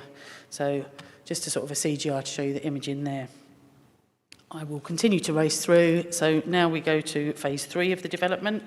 I will try and avoid repetition as we go through, but as we can see, the red line shows the extent of phase 3, and then the bit in the middle effectively is the school, which is not part of this application. So this phase sits south of the Spine Road. So in terms of phase 3 and what we've got here, so we've got 4 character areas, as I explained. We've got a much higher density development here with a lower density development that sort of fronts onto Capstone Road. And then we've got Shorested Road here and the Spine Road development at the top. What I will point out in this top aspect here, this is the only 4-store aspect of any of the development. This is the location of the convenience store and also has flatted block as well incorporated within it. What we do have as well is we've got the off the Spine Road, this road coming down here, which will be the redirected Shorested Road, which then links onto the existing Shorested Road here, so access to the tip continues throughout. But this road actually also leads down to the school site, but has been designed in such a way that it actually could sort of loop around or link around, so it's not a sort of only way in or only way out. Yeah, it's a much higher density, and what I just want to point out here as well is the play spaces within here. So we've actually got some sort of pocket gardens within the housing development, but then we've got a communal play space up here where the community green is proposed, and we've got attenuation basins and a further play space that sort of adjoins phase 5, which sits above it here, but this footpath here actually runs down to link into Capstone Country Park. So again, this is just with some precedent images for phase 3. So up here is some precedent images in relation to the urban quarter, higher density terrace and semi-detached properties. And then we've got the rural edge, which is more detached properties and a slightly lower density. Again, in terms of photographs, I've just gone with an aerial view in terms of the northern point again. So we can see North Dame Way is this road running up here. We've got the Shorested Road junction here, which goes down to, I think that's Princess Road. So the development site sits within this aspect. You can see phase 1 there as well. And then obviously the school site would sit sort of in this location. This is just highlighting the park areas, because they're nice and clear on this development, so with these purple circles. But again, we've got the parking strategy, and again, it's set out within the report, but we do have allocated spaces for the residential properties, and it includes wheelchair and accessible spaces within this. It also has garages and visitor parking, and there is some allocated commercial parking for the 150 square metre commercial unit located at the top area here. In terms of materials, again, you can just see that there's a variety of bricks being used by the outline colours, and in terms of roofscapes, we've got a variety of roof colours being used. The blue indicates flat-roofed buildings, which are some flatted blocks within the development. I don't probably need to say much more than that. And in terms of building heights, as I said, we've got the 4-storey unit here at the top, which is a commercial. We've got some 3-storey units throughout, and then it's predominantly 2 and 2.5-storey units with the single-storey garage in. So this is indicating the tenure split throughout the site so that people can be aware. The red properties are highlighted as affordable rent, the blue as shared ownership, and all the grey open market. This really has been put in just to demonstrate that they haven't actually all been grouped together within one area of the development, and they are sort of scattered and mixed in with the overall development. I just think that's a helpful image. Again, in terms of elevations, this is the proposed 4-storey unit. The commercial building being on the ground floor here. I have put the floor plans in for this, so you can see that the commercial building would take up the corner unit with the back room for that there, and then we've got some residential flats on either side, and then as we go upstairs there are 5 units per floor, all mirrored, all with their own balconies, and they're predominantly 2-bed units, I believe. The flat-roofed flats that are shown within this development, here we've got, I think they're 1-bed units, fairly modest in scale. What you can see is just the different stylings, and as we go through, this is another version of one of the flatted blocks, just with a variation of materials. So if I just, between the two, you can see that they aren't all to be uniform and look the same. In terms of house styles, I will whip through these, but again, just showing that there's a variation in materials to walls and roofs. And within phase 3, we've got quite a variety of house styles, everything from sort of, here we've got 1-bed affordable units where this is split.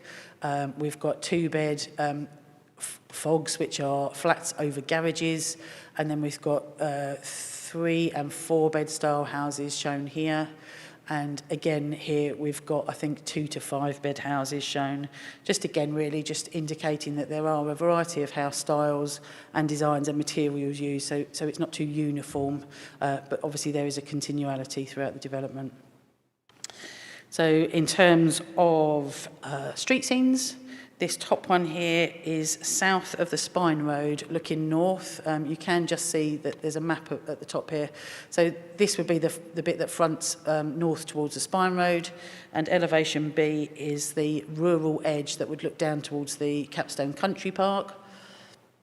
And then C here, we can see the Shorestead Road. This is on the east side of the road, so you can see the commercial unit here, and then the properties on Shorestead Road, fronting, looking westward.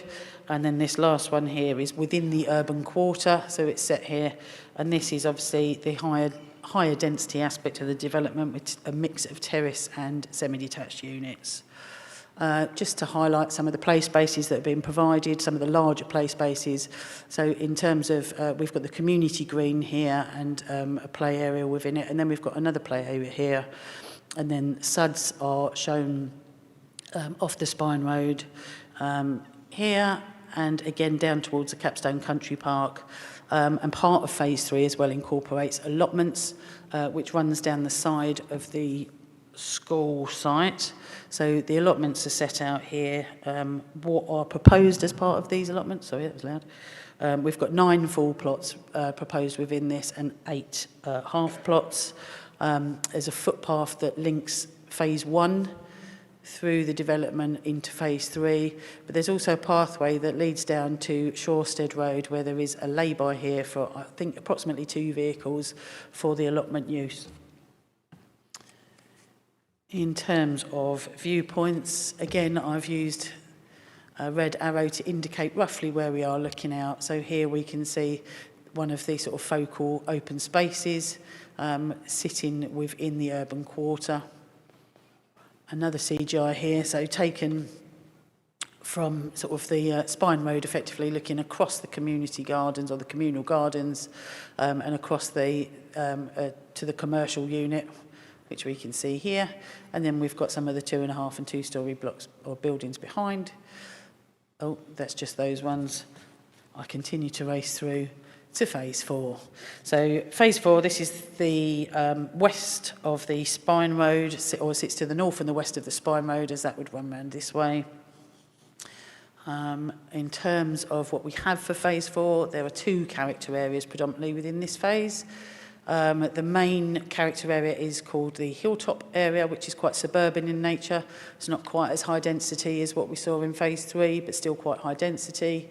But we've also got that Spine Road character area, which continues on through phase 3 and 4 and 5 and 6, but we haven't got to 5 and 6 yet. So this is for 198 homes. We've got a mixture here of detached, semi-detached and terrace within here, as well as some flatted blocks that sit within the Spine area. The open space for phase 4, it predominantly consists of a green lane that you can see runs north to south through this site. The green lane is quite wide and ensures there's quite a nice distance between these properties, but actually provides what is called play along the way areas as well. So there's sort of areas of play space, sort of trim traily aspects throughout this development. In terms of precedent images for this one.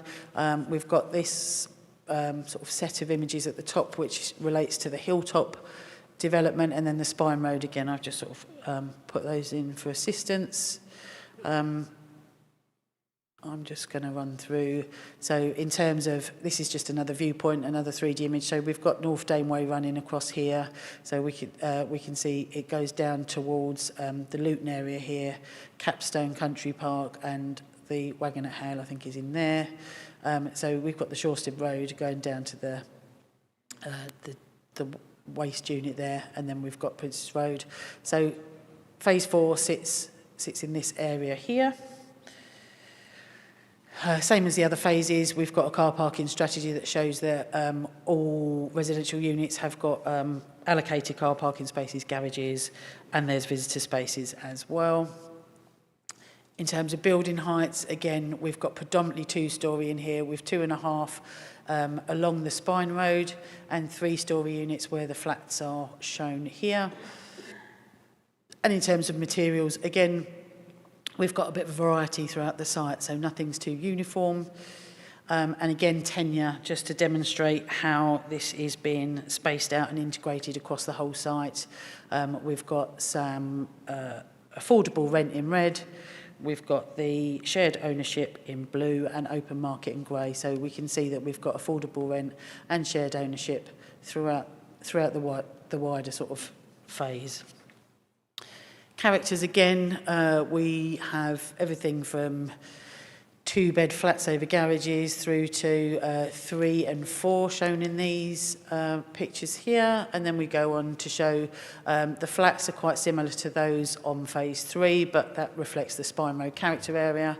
But we've also got 4 and 5 bed as well as 2 and 3 here. So just really to show you that there is a variation of materials throughout. And then we go on to some street scenes here. So I don't know if you can see, but A runs along here. So this is the Spine Road looking down towards phase 3. B is Spine Road again, but this is, this is here. This is looking sort of across the road to where phase 5 is proposed. And then we've got C, which is across the hilltop area. So it sort of sits across the site here, south to west, east to west, sorry. And then D, which fronts the linear green lane. In terms of CGIs, what we've got here is sort of a viewpoint that demonstrates the width between the properties where the green lane sits. So you can see that there's a sort of tree-lined green lane up here. You can see the arrow roughly, it's from the centre of the site looking down towards phase 3. This image here is from the south area of the site near phase 3, looking back towards the entrance to the linear park. You've got the flatted units either side for phase 4. And again, sort of from the communal garden area that's on phase 3. So you're looking at the flats on phase 4 again and across. I'm apologising massively for whipping through that really quickly, but I've just sort of, as you go through each phase, I don't know if you want to take each phase at a time to make the decisions. So I'll put phase 2 up first, and then I can scroll to phase 3 when you've made the decision on 2. So just as a quick conclusion, all of the phases in front of you are considered to be acceptable in terms of design, layout and landscaping. For the reasons set out within all 3 reports, all phases are recommended for approval, subject to conditions. And I'll hand it over to you. Thank you, Hannah. Any member? Councillor Peake. Yeah, I'm not sure if I quite got it. That was a lot of detail. Am I right in thinking that the flats in phase 4 are more aesthetically, if I can say that word properly, pleasing to the eye than the ones in phase 3 seem to be quite plain? Or is that my imagination? I'm more than happy to run through them. I don't know what's best to do this. If you want me to deal with that now, we'll deal with phase 2 first, and then we deal with those for those phases.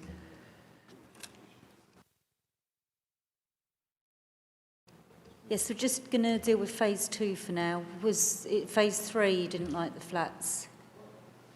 What's really impressed me is how... But what phase are you talking about? Well, The 2 4 or and 3? Because it's all very attractive, apart from, I think, the flats in phase 3, so that's my concern. Yeah, so did you have anything on Not on phase phase 2? two, sorry, Right. Chair. Any member? Any other member? No. Okay, so I understand the frustrations that members may have with this planning application, but as you know, it lost at appeal, and we have to have a planning reason to actually refuse this application, which I can't see. So I will reluctantly be voting for it. So I now pass over to Vice Chairperson, Councillor Jones. Thank you very much. Chair, land at East Hill, Chatham, Kent, Phase 2, recommendation of officers to the Planning Committee, approval with conditions 1 to 6 as set out in the report. I so move. Is that seconded? Seconded. Those for?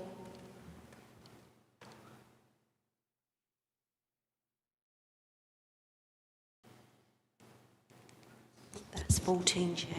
The application is therefore approved. So now moving on to agenda item 11, which is phase 3. Any member? Councillor Gilbourne. Thank you, Chair. It was just a question about the change to Shorsted Road towards the tip. I know nothing can be done in one sense, but I'm just interested to know the width of the road going through the development, because obviously to and from the tip, you'll have lots of traffic from all over that part of Medway going to the tip, which have nothing to do with the residential properties, as well as all the large lorries that use it, the vans that are hopefully, you know, legally getting rid of their waste. And I'm just concerned about the pressure on the residents when they're living on that road to have this continual movement of traffic to and from the tip. And I just wondered if there's anything to mitigate the impact of that sort of traffic for residents. Do you want me to just... Does anyone want to come in on that? Stephen, did you have any comments? Yeah, so the plans that I've seen are tracking plots of larger refuse vehicles, and they fit within the designated road network. I've not got a note of what the actual road widths are, but they are sufficient to accommodate larger refuse vehicles and fire tenders to access and serve the site. Thank you, Stephen. Was that it? Councillor Gilpin, is that okay?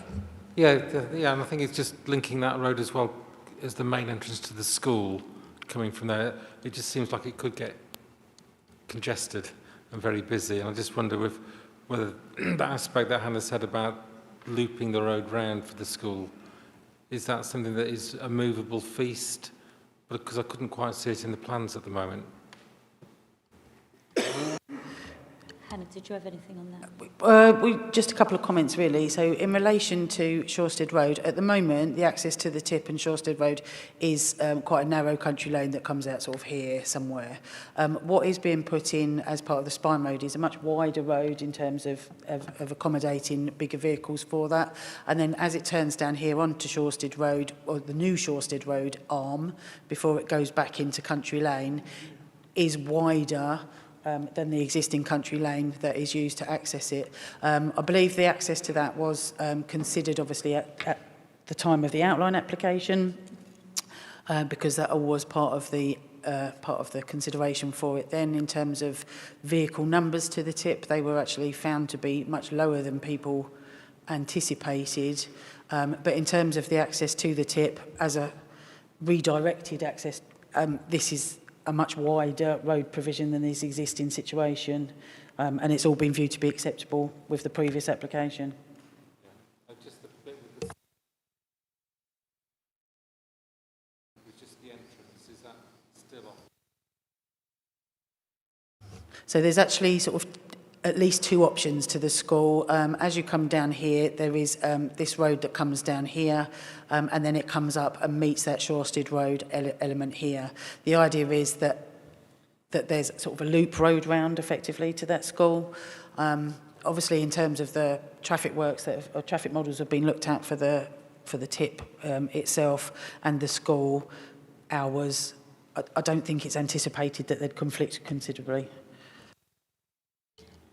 Okay, any other member?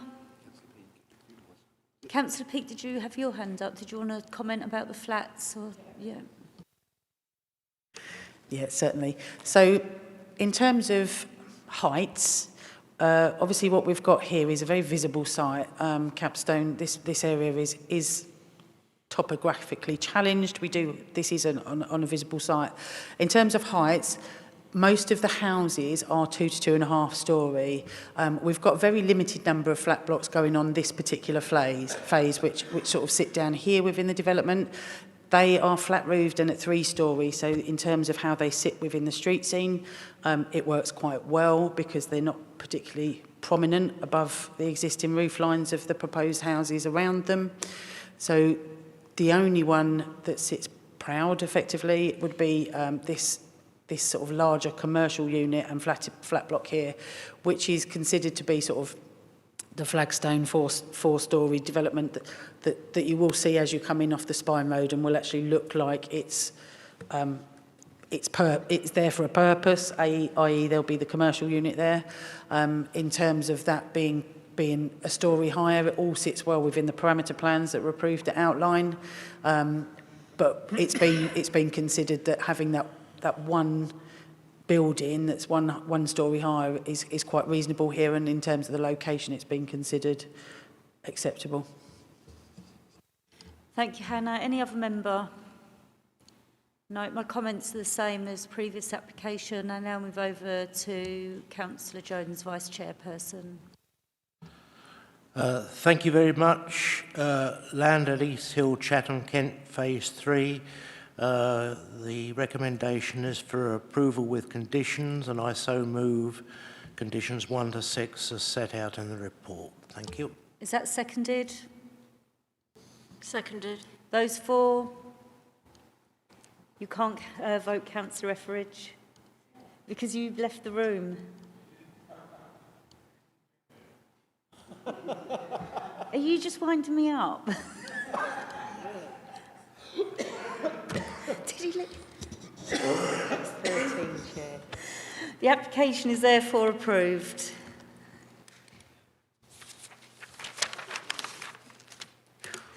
So now moving on to agenda item 12, straight over to members. Any members? No, so comments from me, the same as for agenda item 10. Over to Vice Chairperson, Councillor Jones. Thank you very much, Chair. Land at East Hill, Chatham, Kent, Phase 4. Move approval with conditions 1 to 6 as set out in the report. Is that seconded? Seconded. Those for?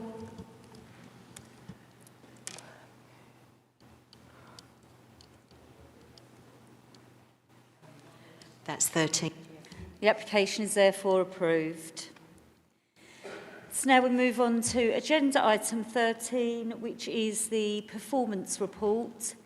Dave Harris, Chief Planning Officer, will be presenting this report, so over to you, Dave.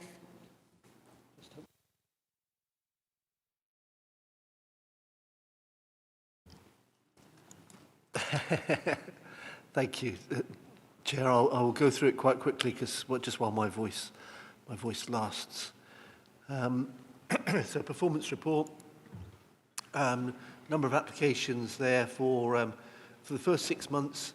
You'll see if we extrapolate those over the year, we are less than previous years. So there's a little bit of a downturn there over the last 3 years. I think it's reflecting on the current economy and the current market. We are hopeful that things will pick up in the next year, and certainly that's what the market is saying to myself. This is where we get to the good news. Percentage of major applications determined against performance target. It's quite phenomenal what the team are doing there in terms of 100%. Minor applications, again, the orange and the grey are the performance by my team. The blue is the target, so you can see, again, a phenomenal performance by the team, and similar with others there. In relation to fees, you might look at August and think, what the hell happened there? No applications, no money coming in. There's an inaccuracy in the figures coming out of finance at the moment. There is a glitch in the system. We did have around about 80,000 in the month of August, but it's not showing in the system at the moment, hence the graph. So it's much better than it's actually showing there. This is showing how we compare to other local authorities. And again, you can see we're performing very well compared to the national averages there. This is comparing us with other Kent authorities. And what you will see here, percentage of decisions granted. There is a presumption in favour in the MPPF, so that figure should be high. You should be starting with, I'll approve this unless I can find reasons not to. You'll see we're at 92%, and that follows through into appeals, and I'll talk through in a minute a bit about that. Then the next figure, percentage with an extension of time, that should be a low figure. We should be determining most applications within time, and you'll see there at 17%, we compare exceptionally well to almost any other authority there. Then we go to major developments decided within 13 weeks. What we need to factor in there, because that should be quite a high figure, but what we need to factor in there is the fact that we get quite a lot of large-scale major applications which require Section 106s, which mean that that reduces that figure down to the 35% you see. But despite that, despite the fact that we're dealing with significantly bigger applications than most other authorities, that figure is still very, very good. And then we have non-major development decided within eight weeks. Again, you would normally look at a high percentage there, and you compare us to almost any other authority, and we're doing exceptionally well. And then we get to household development, decided within 8 weeks. Again, you should be looking at a high percentage, and my team is doing exceptionally well there. Number of appeal decisions received, we still get, you can see we're still getting a number of appeals. We have had a glut of decisions recently, and we'll come on to them shortly. This is where we look at the number of appeals allowed dismissed, and you'll see that the vast majority of appeals, 12 there over the quarter, were dismissed, which is good. It means that we're making good, sound decisions. Councillor Maple talked earlier about balanced, and that's probably where you get those 4 which have been allowed. They're probably the more balanced ones, but I'll come on to appeals later.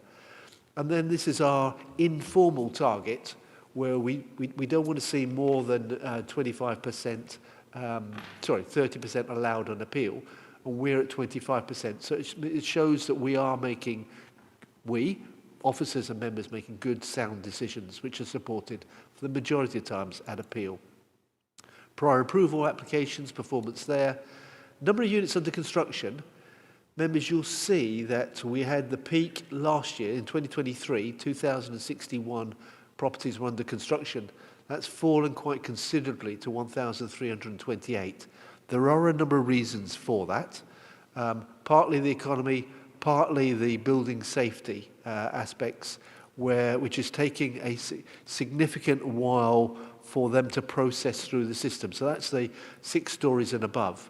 They need to go through a further process there, which is delaying some construction. And the number of units completed there, and you'll see the year 23-24, 1,300. That's a really good performance. It probably will drop in 24-25, reflecting the units under construction I referred to, but we are hopeful and confident that things will pick up again. Housing completions compared to other authorities, you'll see just how well we're doing there in Medway compared to other authorities. Enforcement notices, Pete and the team are doing incredibly well. While we only had 1 enforcement notice served, you'll have been aware from the enforcement report at the last committee, there's a significant amount of work that the team are doing. And we've got some really high-profile cases that we're dealing with as well. Pete and the team, again, are working to reduce the number of open cases that we've got. It's still very high there, over 1,000 of open cases, but we're working hard to try and resolve them and reduce that number. We deal with trees, TPO applications, and you'll have seen Maggie today reporting on that, who's dealing with applications for us. We've just appointed a new tree officer, who will be starting shortly, and then over the next few months we'll be able to see a reduction in the number of cases that Maggie, as a consultant, is dealing with as the new officer gets up to speed, working alongside Mike Sankas.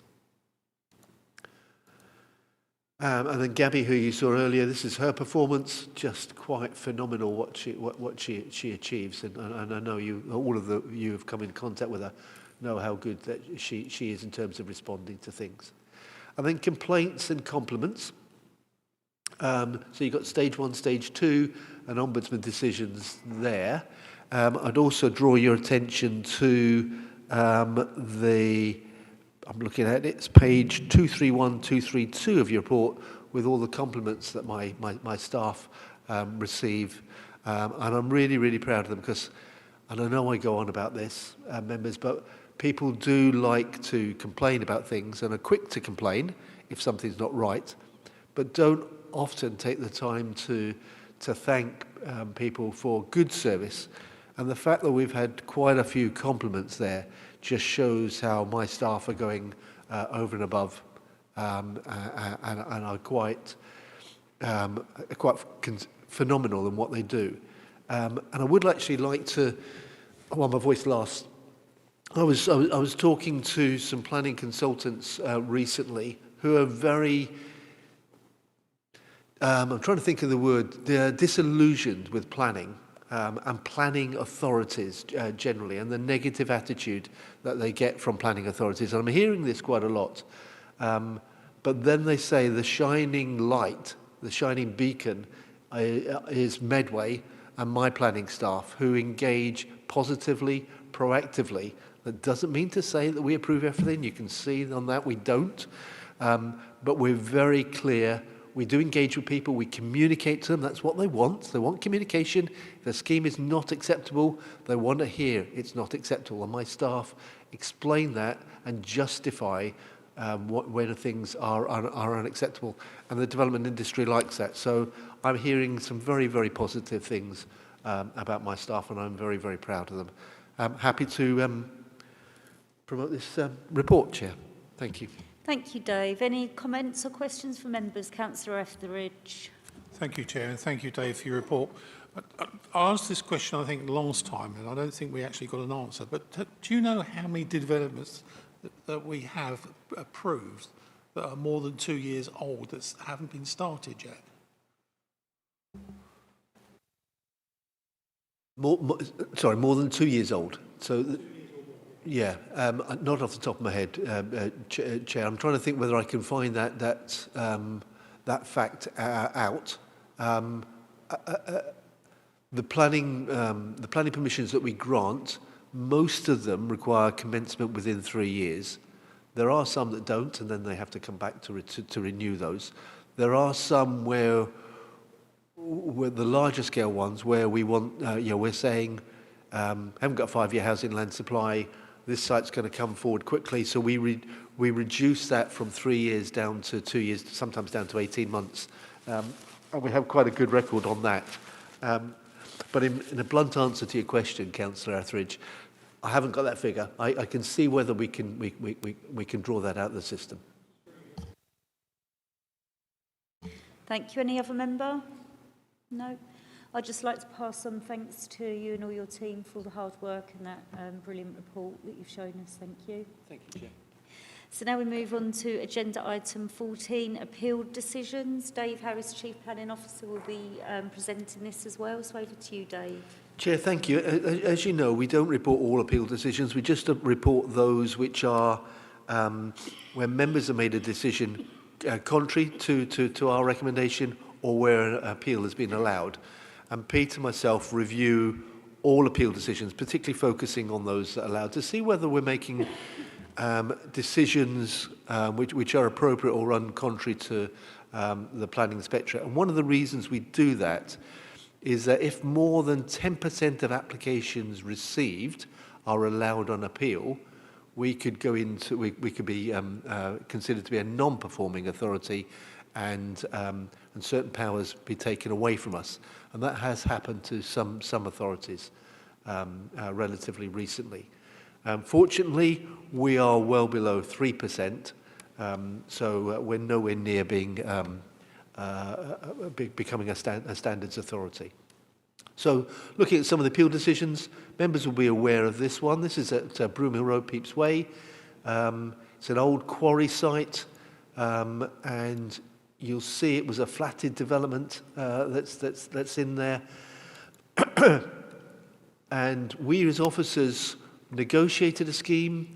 We got it reduced down in height. We got it dug into the site. Members took the view that you felt it was out of character with the surrounding area, and therefore unacceptable. And it was really interesting appeal decision we received.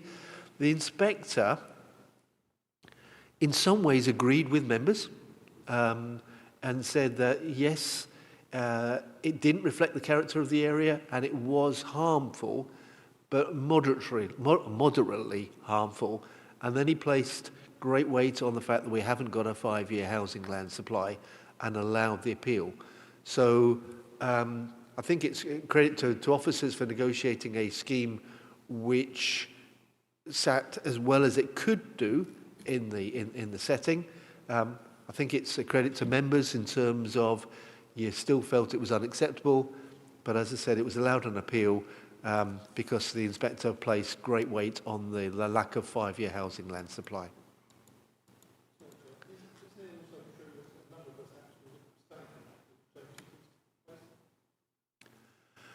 Yeah, that's a good question, Councillor Etheridge, because as you say, I'm looking at a different slide to you, but there was a property on the site which was formerly occupied by ex-Councillor Chitty, yes.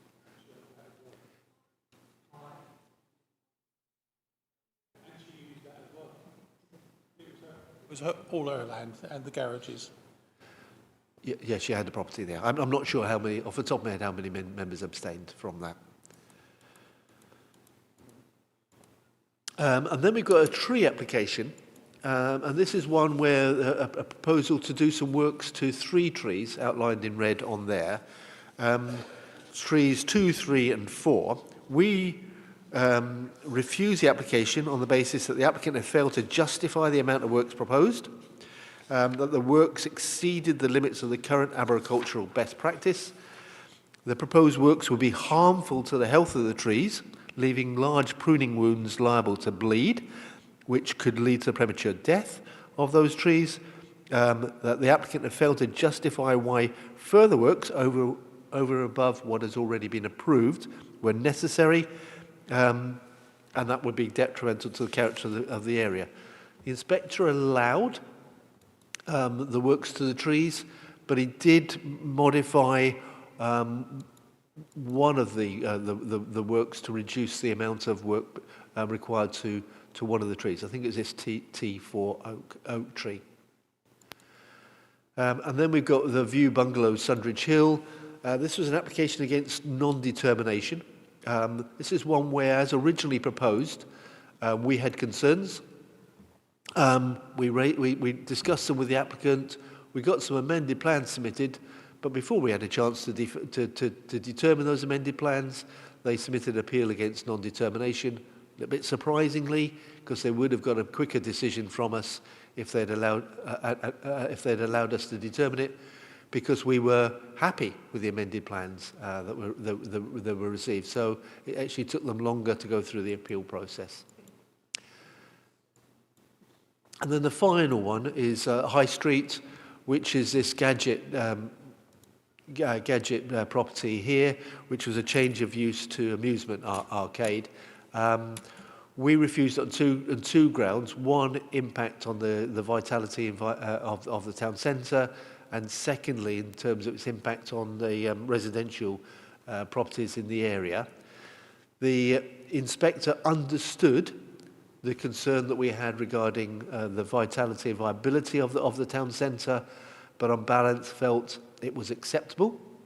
In relation to, and there's a lesson learnt for us here, in relation to the residential amenity, he didn't feel that we had properly defended that reason for refusal in terms of giving evidence to support our contention, and particularly with a lack of support from our environmental protection team, and therefore felt that there was no justification for refusing on residential amenity terms, and not only allowed the appeal but awarded costs, partial costs, against us.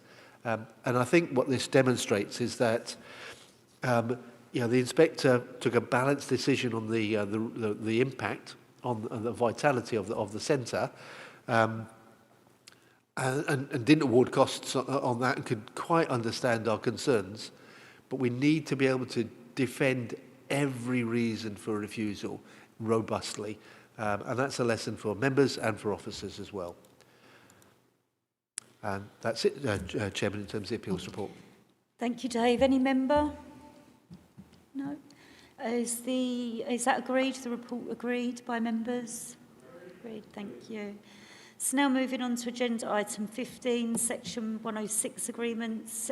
Dave Harris, Chief Planning Officer, will be introducing this item. So over to you, Dave. Chairman, you're testing my voice. This is a report for you in terms of section 106's income received, where it's been spent, and also the SAMS payments as well.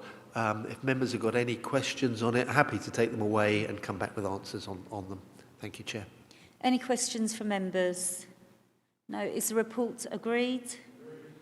Okay. So now moving on to agenda item 16, which is exclusion of the press and public. Is it agreed that the press and public are excluded from agenda item 17, which is the last item on the agenda? Okay.